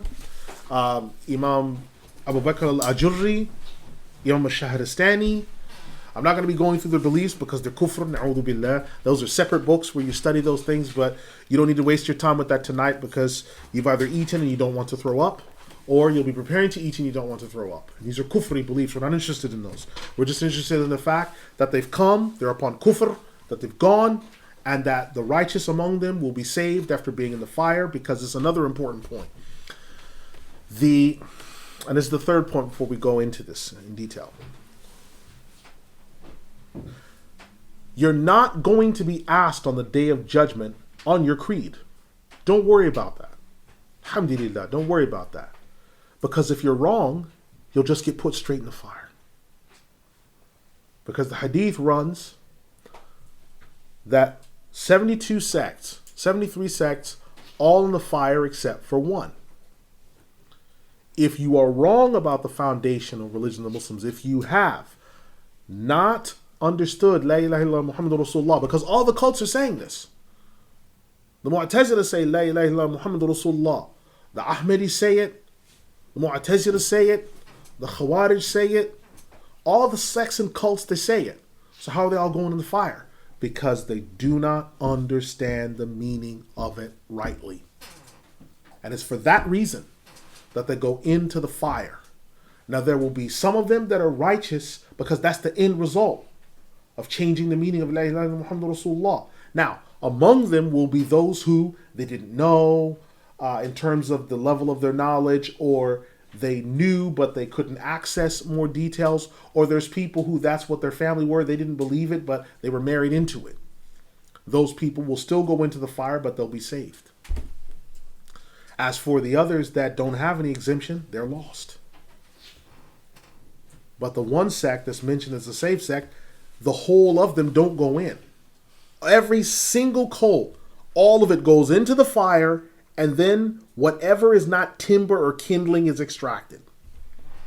The safe sect's not like that. They don't. Individuals may go in the fire, but Allah doesn't say I'm going to put all of Ahlus Sunnah wal Jama'ah in the fire and then extract the righteous from them. But He does say that about the Qadariyah, the Murji'ah, the Khawarij, and all these other groups. They're going straight in, all of them.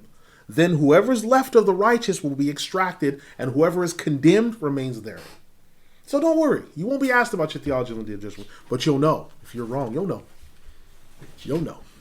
And that's why there's a significance, why it's important what you believe. I'm not talking about fiqh. I'm not talking about touching the fingers to the thumbs to the eyes or not. I'm not talking about that. I'm talking about the basis of La ilaha illallah Muhammadur Rasulullah. If you believe that wrongly, all of what goes up under that, you're liable for judgment. Greater judgment than a normal kafir would get, because he doesn't believe La ilaha illallah Muhammadur Rasulullah. You're stressing that you do, and you've changed it after you believed it. So, we have the groups, and we start off with the groups that appeared. The Mu'tazila, they appeared, and they split into 20 groups. The Mu'tazila split into 20 subgroups.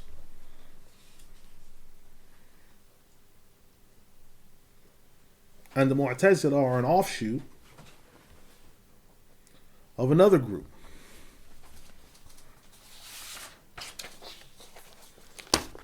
They are an offshoot of the Qadariyah. So, the 20 groups they broke into are the Wasiliyah,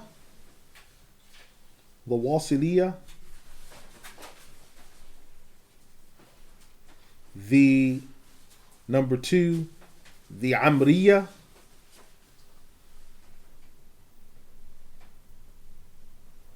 number 3, the Hudhayliyah,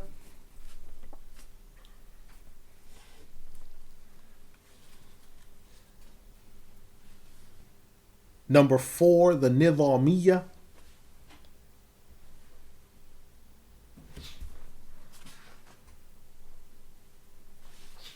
number 5, the Aswadiyah,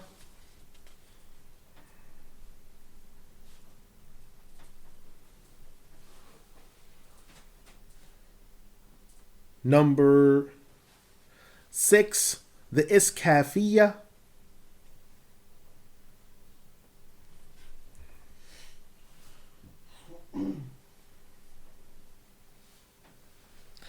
Number 7, the Ja'fariyah.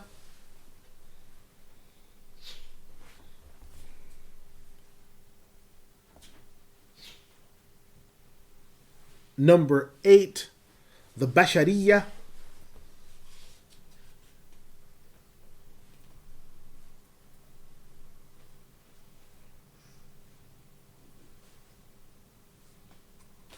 Number 9,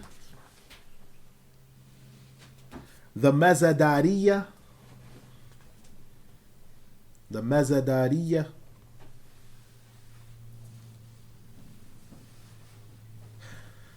10, the Hishamiyya.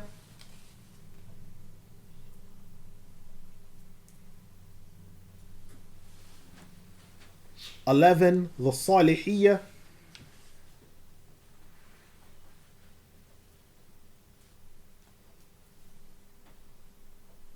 12, the Khitabiyya.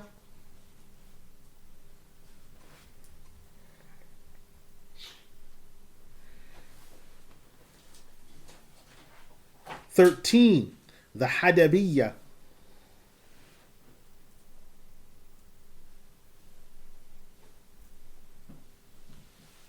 14, the Mu'ammariyya. 14, Mu'ammariyya.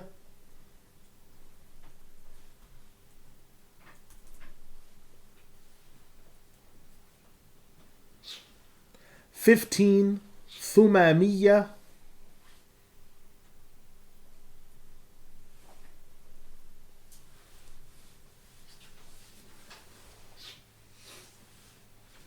16,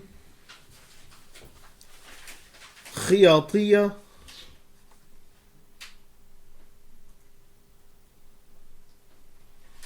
17,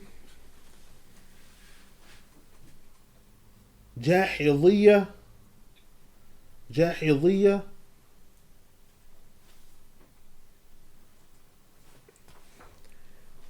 18, the Ka'biyya.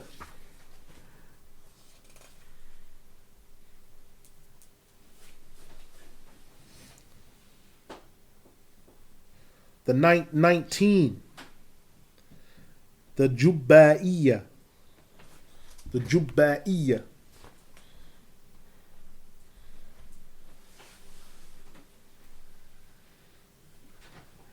20,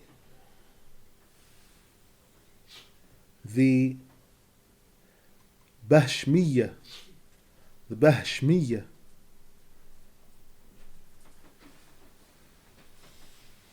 Now, the next group, the next major sect are the Rawafid, also known as Shia.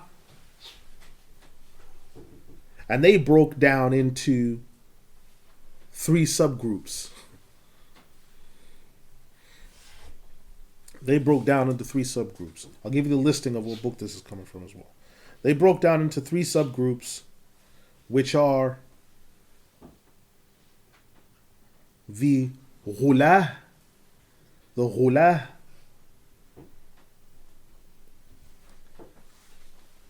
the Zaydiyya, number 2, and number 3, the Imamiyya. Most of you have probably, if you've met here, you only met Imamiyya. Imamiyya are the 12ers. Now, these 3 groups, the Ghula, the Zaydiyya, the Imam, they broke down into further groups. So the Ghula broke down into 18 groups, which are the Saba'iyya.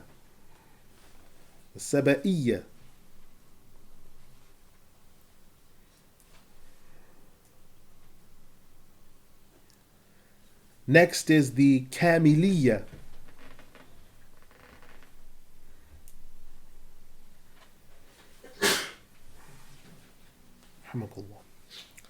Next is the Bayaniyya.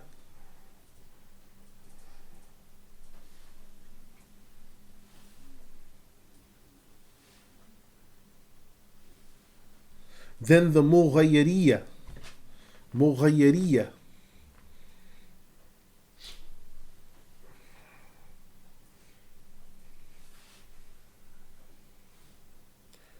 Then the Janahiyya.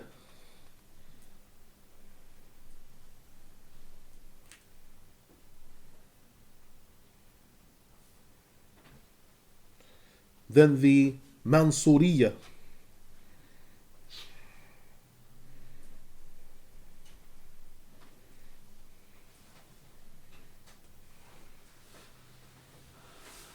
Then we have the Khattabiyya. Khattabiyya.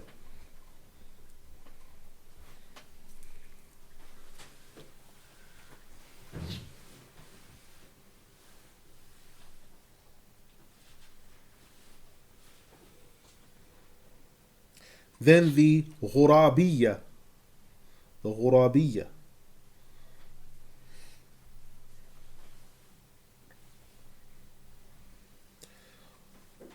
Followed by the Dhammiyya.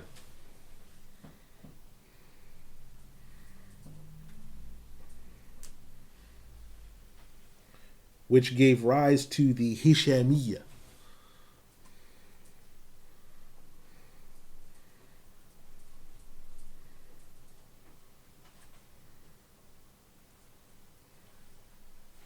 Then after that, the Zarariyya.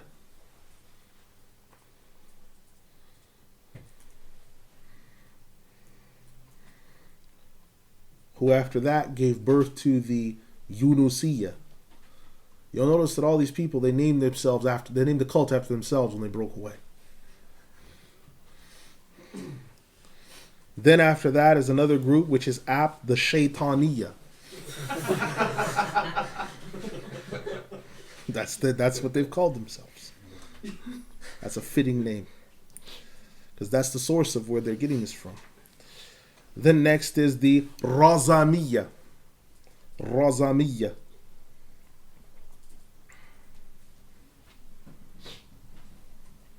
Followed by the Mufawwida. The Mufawwida.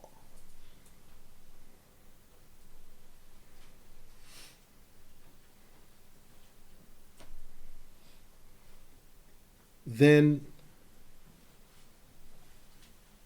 you have the Bada'iyya.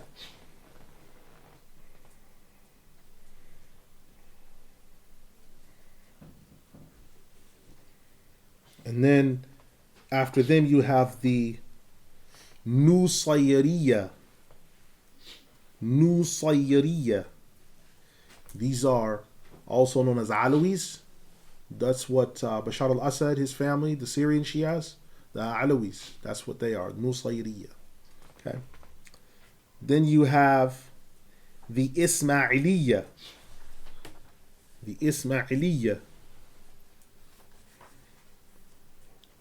Ismailiyya, also known as Seveners, like your Agha Khanis. So before the Twelvers made a really big dent in Pakistan and India and Bangladesh, the main Shia group was Ismailiyya. And from Ismailiyya, you get your Dawoodi Bohri, the Bohris and stuff like this. Okay. Now the Ismailiyya, they decided to go their own way, and then they broke up into some groups. Okay. So the Ismailiyya broke up into the Batiniyya. The Batiniyya. So they broke up into the Batiniyya. Then after that, they gave rise to the Qarmatiyya. Qarmatiyya.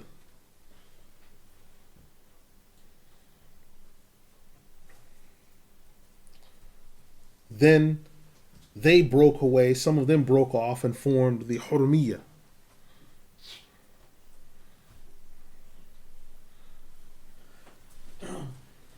And some of them were not content, so they made takfir on the Hurmiyya, broke off, and formed the Sab'iyya.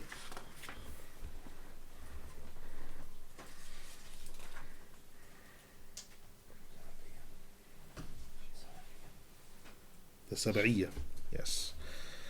And then we had another group break off from the Sab'iyya called the Babakiyya. The Babakiyya. But a group from them were unhappy. And they broke off from the Babakiyya, and they called themselves the Hamdiyya. So that deals with the Ghula. Now, the second group within the Shia is the Zaydiyya. You'll know about the Zaydiyya if you're hearing about the conflict between Yemen and Arabiya. Those are Zaydis. This particular group of Shia, those are Zaydi Shias. They are probably the closest to us in their theology out of all the different Shia groups. All right, but they have different extremes even within them. Okay, in terms of their fiqh, they're probably the closest to Imam Abu Hanifa in terms of their fiqh, the practice of fiqh. So the Zaydiyya, they have three groups, subsects within them. The Zaydiyya. The first is the Jarudiyya. The Jarudiyya.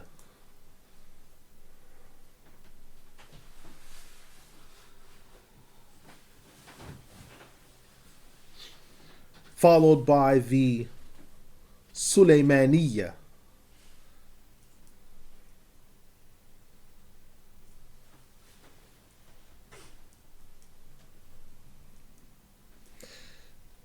And then a group broke off and formed the Butayriyya.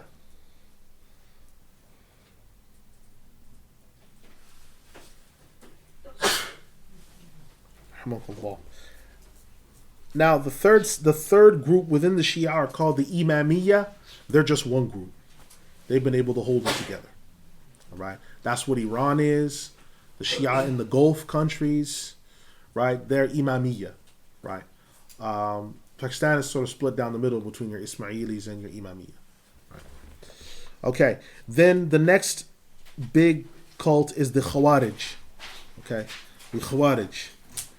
The Khawarij have 7 groups within them. 7 groups within them. The first is the Muhakkima. Muhakkima.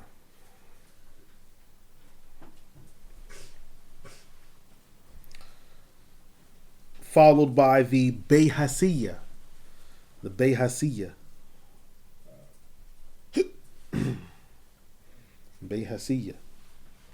Then come the Azadiqa. The blue men. The Azadiqa. This refers to the blue men. They're followed by the Najdat. The Najdat.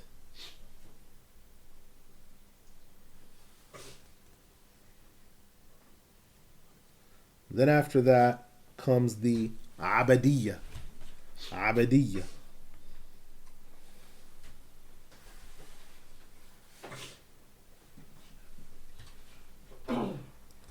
Then comes the Ibadiyya.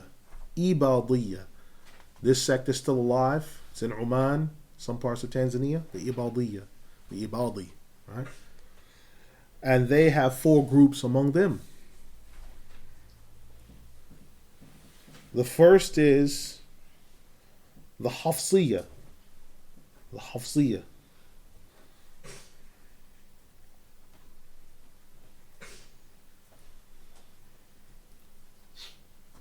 After them came the Yazidiyya. They broke off. After Takfir, of course. The third group are called the Hadithiyya. Hadithiyya were unsatisfied with the creed of the Yazidiyya. They were unsatisfied. Broke away, formed their own group. Then you had the Multa'iyya, which were the fourth group. They said the other 3 groups were kuffar. Broke off. Formed their own group.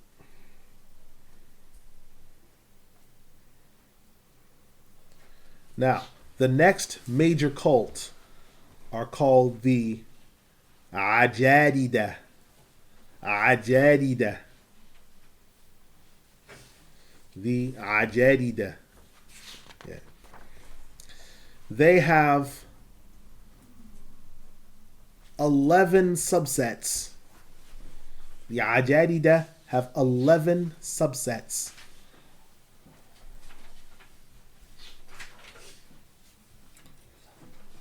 the Ajadida.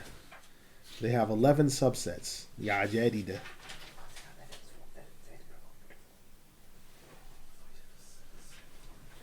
The first one is the Maymuniyya. So you should have, for the Khawarij, you should have 7 of them, and then then 4 subsets in the Ibadiyya. Right? For the Ajadida, there's 11. The first is the Maymuniyya. The Maymuniyya. See, we're seeing prophecy at play because these have come and gone. Most of these you've never even heard of. Right? The next is the Shu'aybiyya. Shu'aybiyya. But they broke into another faction because of an argument. So you have the Hazimiyya. Hazimiyya.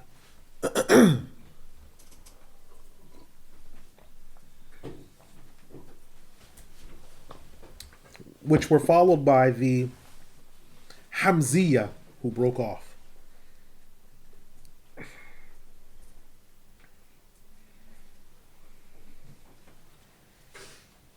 Then there was a breakaway group called the Ma'lumiyya.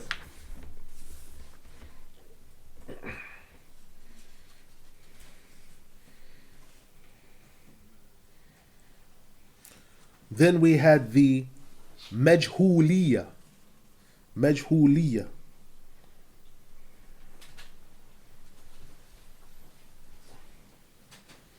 But there was a breakaway.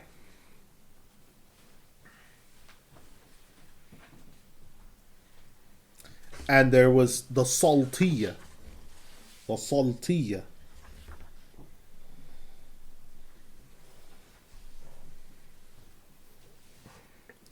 Who then suffered a rupture, and there was the Tha'labiyya. The Tha'labiyya. But the Tha'labiyya have 4 groups inside of them. 4 groups inside of them. This is called the Democratization of Knowledge, where everyone gets a voice. Not happy? Break away. You form your own masjid, form your own sect. So they had 4 groups within them, the Tha'labiyya. The first is the Akhnasiyya. The Akhnasiyya.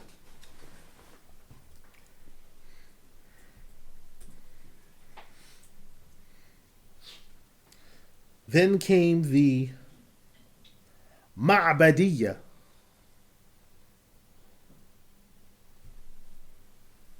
Followed on by a splinter group that broke off, known as the Shaybaniyya. So you have the Ma'badiyya, followed by the Shaybaniyya. And they, in turn, were succeeded by a breakaway group called the Mukarramiyya. Mukarramiyya. So now, we move to our next sect, our next cult. We've only got 2 more left after this one, so we'll be going through their subsets. We only have 2 more left, and we've reached all of them. Now, we have come to the Murji'ah. The Murji'ah are 5 subsets. So the Murji'ah are a cult, but they have 5 subsets. Okay, 5 subsets. Which start with the Ubaydiyya. Ubaydiyya.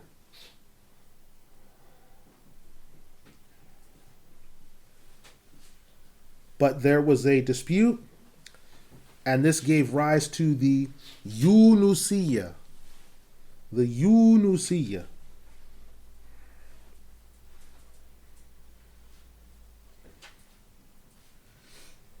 But disputes led to the rise of the Ghassaniyya. The Ghassaniyya.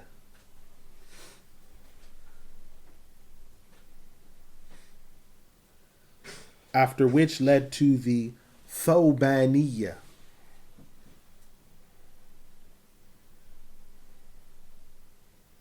And then finally the Tawmaniyya.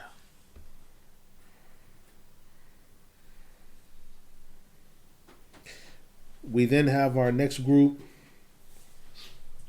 the Najjariyya. This is the next cult. The Najjariyya. And they have 3 subdivisions. Najjariyya have 3 subdivisions.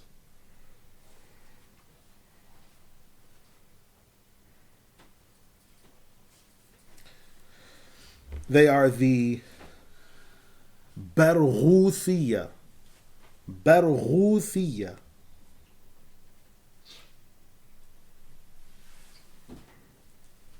But there was a dispute and a breakaway group called the Za'faraniyya. Za'faraniyya. Saffron wearers. Used to wear saffron. It's yellow, I don't know why. The Za'faraniyya. The saffron wearers.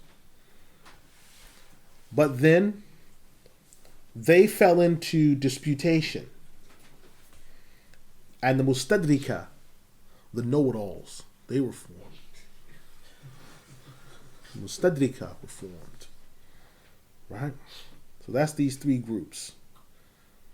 Our next cult, we have the Jabariyya. But the Jabariyya were able to stay unified as one. They were able to stay unified as one. And so that brings us, when you add this all together, to 72.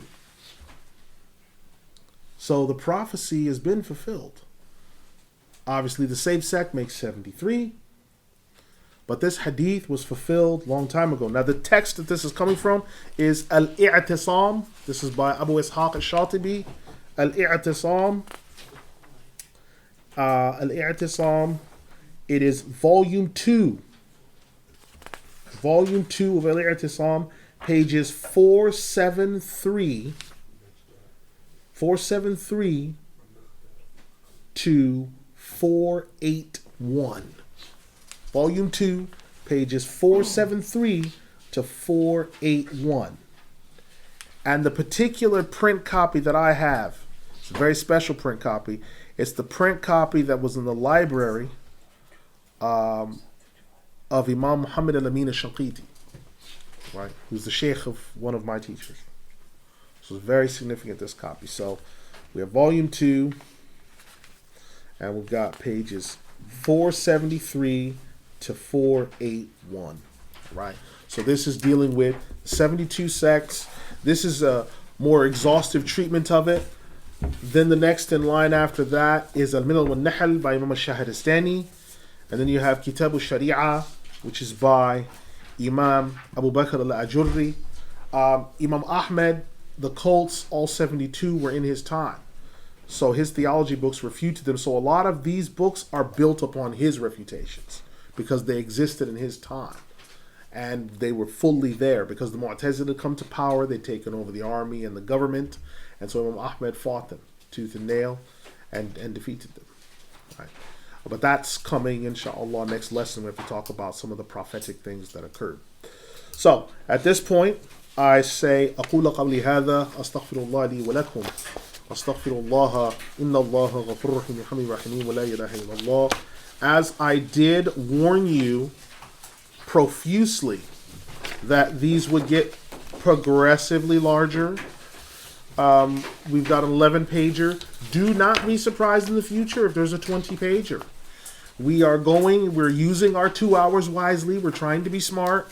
I'm trying to give you everything that we're supposed to have and go century by century because you can appreciate it when it's in chronological order to understand, okay, now what's left? This is left. Okay, now what's left? This is left. So it's very important that it's done because our scholars did it in this order. So by having it in a systematic chronological order, we can now start to look and see, okay, what's left now? What's left now? What's left now? Okay, so I've spoken now for 2 hours and terrorized you with this horrible accent. So now I'm going to open it up for questions for slaves of Allah. I have questions. Questions? Yes. You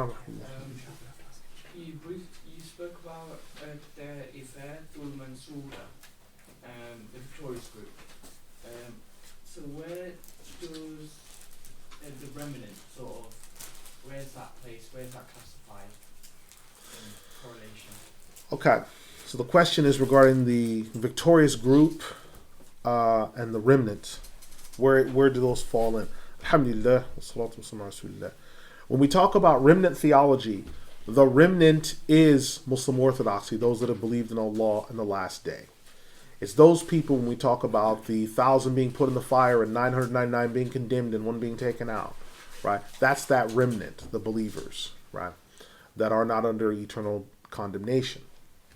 Now, then you have Muslim orthodoxy, which is that remnant. Now, within Muslim orthodoxy, you have the victorious group. And the victorious group, Imam Nawawi says about them, I didn't bring that quote this week, inshallah I might bring it next week, where he says they might be doing different things in different areas. He said, so in one area, the victorious group are mujahideen, and they're fighting. He said, but in another area, they might be writing books. In another area, they might be teaching knowledge. In another area, they might be doing gatherings of dhikr. And he says sometimes they're defeated in one area, but they're victorious in another. And he says you never find them totally defeated in one area, all over, or victorious all over, because that's the nature of it. And the victorious group, the Ta'ifa Mansura, will be those fighting Al-Masih al-Dajjal. And when he was asked about, give an example of them, he said some of them are in the land of Sham, in tents outside the gates of Jerusalem, using the outside as their toilet. Now, there's only one group of people that we know of that are on the outside areas of Jerusalem and are using the outside as their toilet, and they're living in tents and refugee areas. We only know one group of people that are doing that. So that's one example of the victorious group. So the righteous among those people who they pray and they fast and they strive and they're fighting and they're getting killed, that's an example of it. But another example of the victorious group, because Imam Ahmad rahimahullah, he said they're the ulama as well. So it's like, okay, so the ulama are part of the victorious group. Because some ulama might get locked up and killed one place. That doesn't mean all of them get locked up and killed. Some of them here, but some of them not here, right? And then some of them are mujahideen, where the mujahideen are striving for the sake of Allah. Like, for example, Afghanistan was a big manifestation of that, of seeing the mujahideen can just show up anywhere, anytime, and they get it done. And sometimes the mujahideen don't even show up by decree of the scholars for an attack. It may be that some defensive issues happened. Look at what happened when Chechnya got attacked. They got attacked, and they all of a sudden mujahideen just started appearing. You know, the victorious group, it goes wherever it's needed.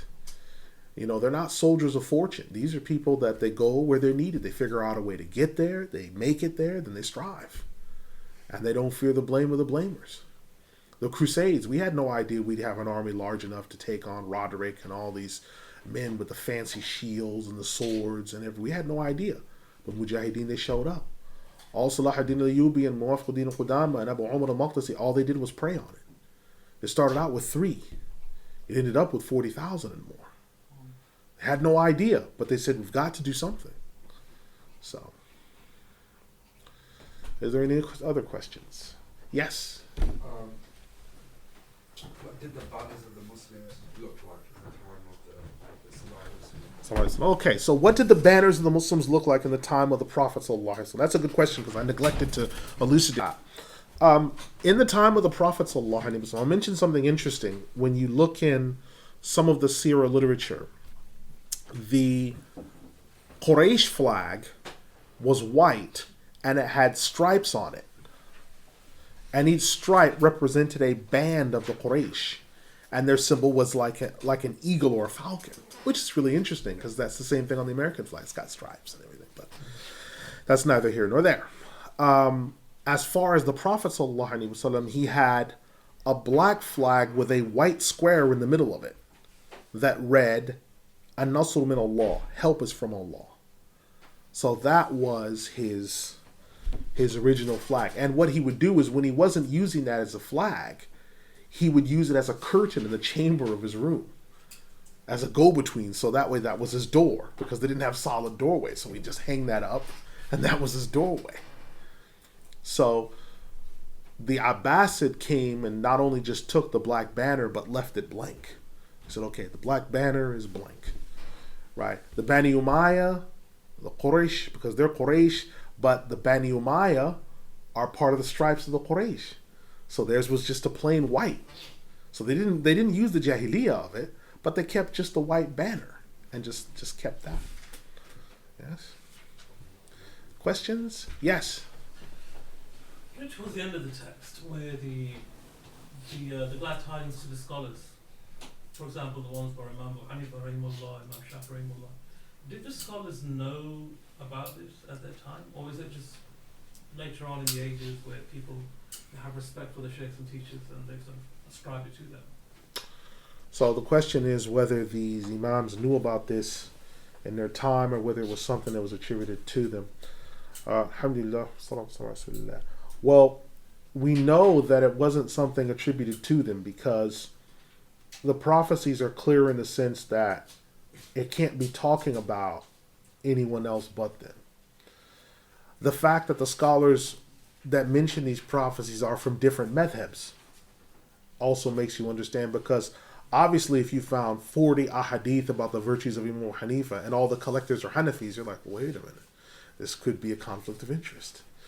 But because they're Shafi'is, Hanbalis, and Malikis from such diverse backgrounds, and they have these ahadith, right?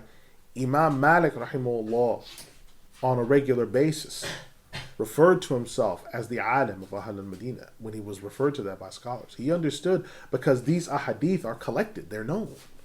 So he knew who he was. Imam Shafi'i, whenever he had classes, because it was called the alim of Quraysh, he would gather Ahlul Bayt together and say, listen, I'm going to be teaching. If you want to listen to me speak Arabic, because the Bedouins enjoyed listening, especially from the Quraysh, listening to his Arabic. So they'd sit there and they'd not write. And the people would say, oh, those people, they're here and they're not even writing. And when they asked one of the Bedouins, he says, I've come to listen to his Arabic. He said, that's learning enough for me. So these people, they knew.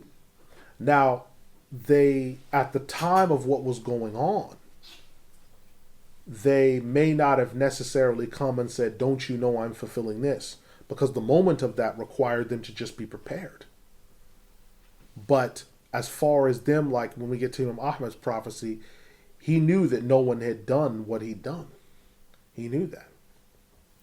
Any more than Imam Abu Hanifa rahimahullah, he knows that he'd done something that others had done the same thing with Imam Malik, same thing with Imam Shafi'i rahimahullah. They knew that the things they did had not been done.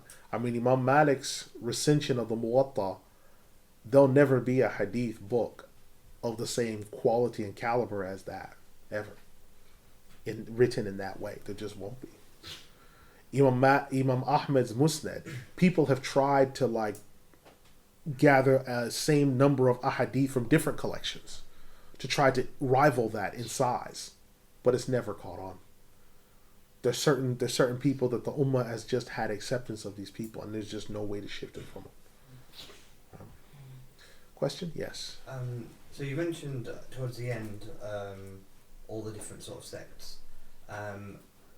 Does that mean you didn't mention some of the more say modern ones or things like Qadianis or Nation of Islam or things like that? Is that because they're just offshoots of these? And sort of the second part of the question is that does that as we go forward, does that mean that there's going to be no more different? It's not going to break away into more different sects because they're all now mentioned? Okay, so the question is regarding the 72 and why I didn't mention some of the modern sects. Alhamdulillah.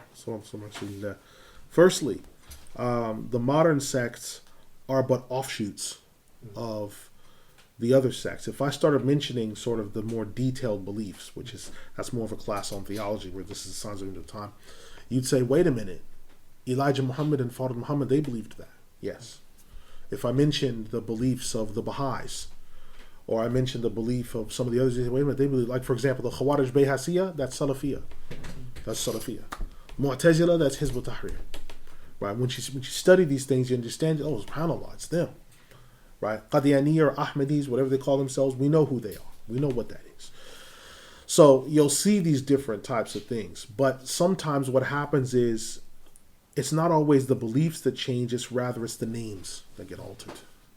It's just the names that get altered. As for the second question, does this mean, therefore, then that there will be no more sects that will form at the end of time? Alhamdulillah. It's not that there'll be no more sects that will form, but there's nothing new to be done. Those 72 that came, there's nothing new that you can say that those 72 did not say. Those ones that are going to come are either going to be an exact identikit of those, or they're going to be a gathering together of several different sects, understanding to form this one.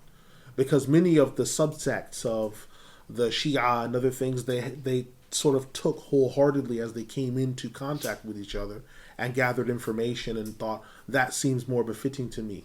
And that sect then started to absorb all these other things. So you'll see that, for example, the Dawoodi Bohra, the Bohri sect of the Sevener Shia, when they came to England, because they came to England from India, they were around the Ahmadiyya. So they started absorbing some of the Ahmadiyya theology that previously they didn't have. And so they began to add that to their repertoire. Oh, yes, we follow this. And they added it, right? When the Ahmadiyya first came into contact with Salafiyya, previously they didn't have some of the proclivities that Salafiyya had. But once they ran into Salafiyya, then they started talking about the niqab and these other matters more forcefully, and talking about theology more forcefully, whereas before that time, they had not. So will sects appear? They will. There'll be constantly appearance of innovation. We'll be coming to the Khawarij next week, how the Khawarij appear every 100 years, and other sects. But for the most part, the original independent 72 are by and large defunct. And what we're seeing now is remnants, traces of what once was an independent organization, which have now become gathered together bodies. Right? Any other questions? What's the question? No. Yes. Shaikh, at the end of listing all those 72 sects, I just missed it. You referenced the source. It was volume 2, page 472 to 481. But what was the title of the book? Al-I'tisam, the firm handhold, is by Imam Abu Ishaq Al-Shatibi. He died 790. He's one of the greatest scholars of usul. He's Imam Abu Ishaq Al-Shatibi is from an area called Gharnata. Those clowns, those monsters out there have corrupted it to Granada. But it's Gharnata. That's where he's from. Big alim. He may have been possibly the greatest scholar to have come out of Gharnata. Possibly. Because of his diligence, his greatness, his sagacity, his perspicacity. He may have been the greatest scholar to have ever come out of Gharnata. Quite possibly. Because of his wisdom. Al-I'tisam, he wrote that. He wrote another text called Al-Muwafaqat, which is on Usul Fiqh, which is a brilliant text on Usul Fiqh. The man was a sage. He died 790 Hijri. He saw the writing on the wall for Andalus. He knew that it was going to be lost, because in his time there was already an escalation well at play. I mean, we're talking about maybe 90 years before Cristoforo Colombo, known as Christopher Columbus, set sail under the patronage of Queen Isabella, about 90 years before that. So he can already see the writings on the wall. Right? Questions? No? So we'll close here, and inshallah we'll reconvene next week. I say subhanaka Allahumma wa bihamdika wa ashhadu an la ilaha illa ant astaghfiruka wa atubu ilayk innahu ghafurur rahim alhamdulillah wa la ilaha illa Allah wassalamu alaykum.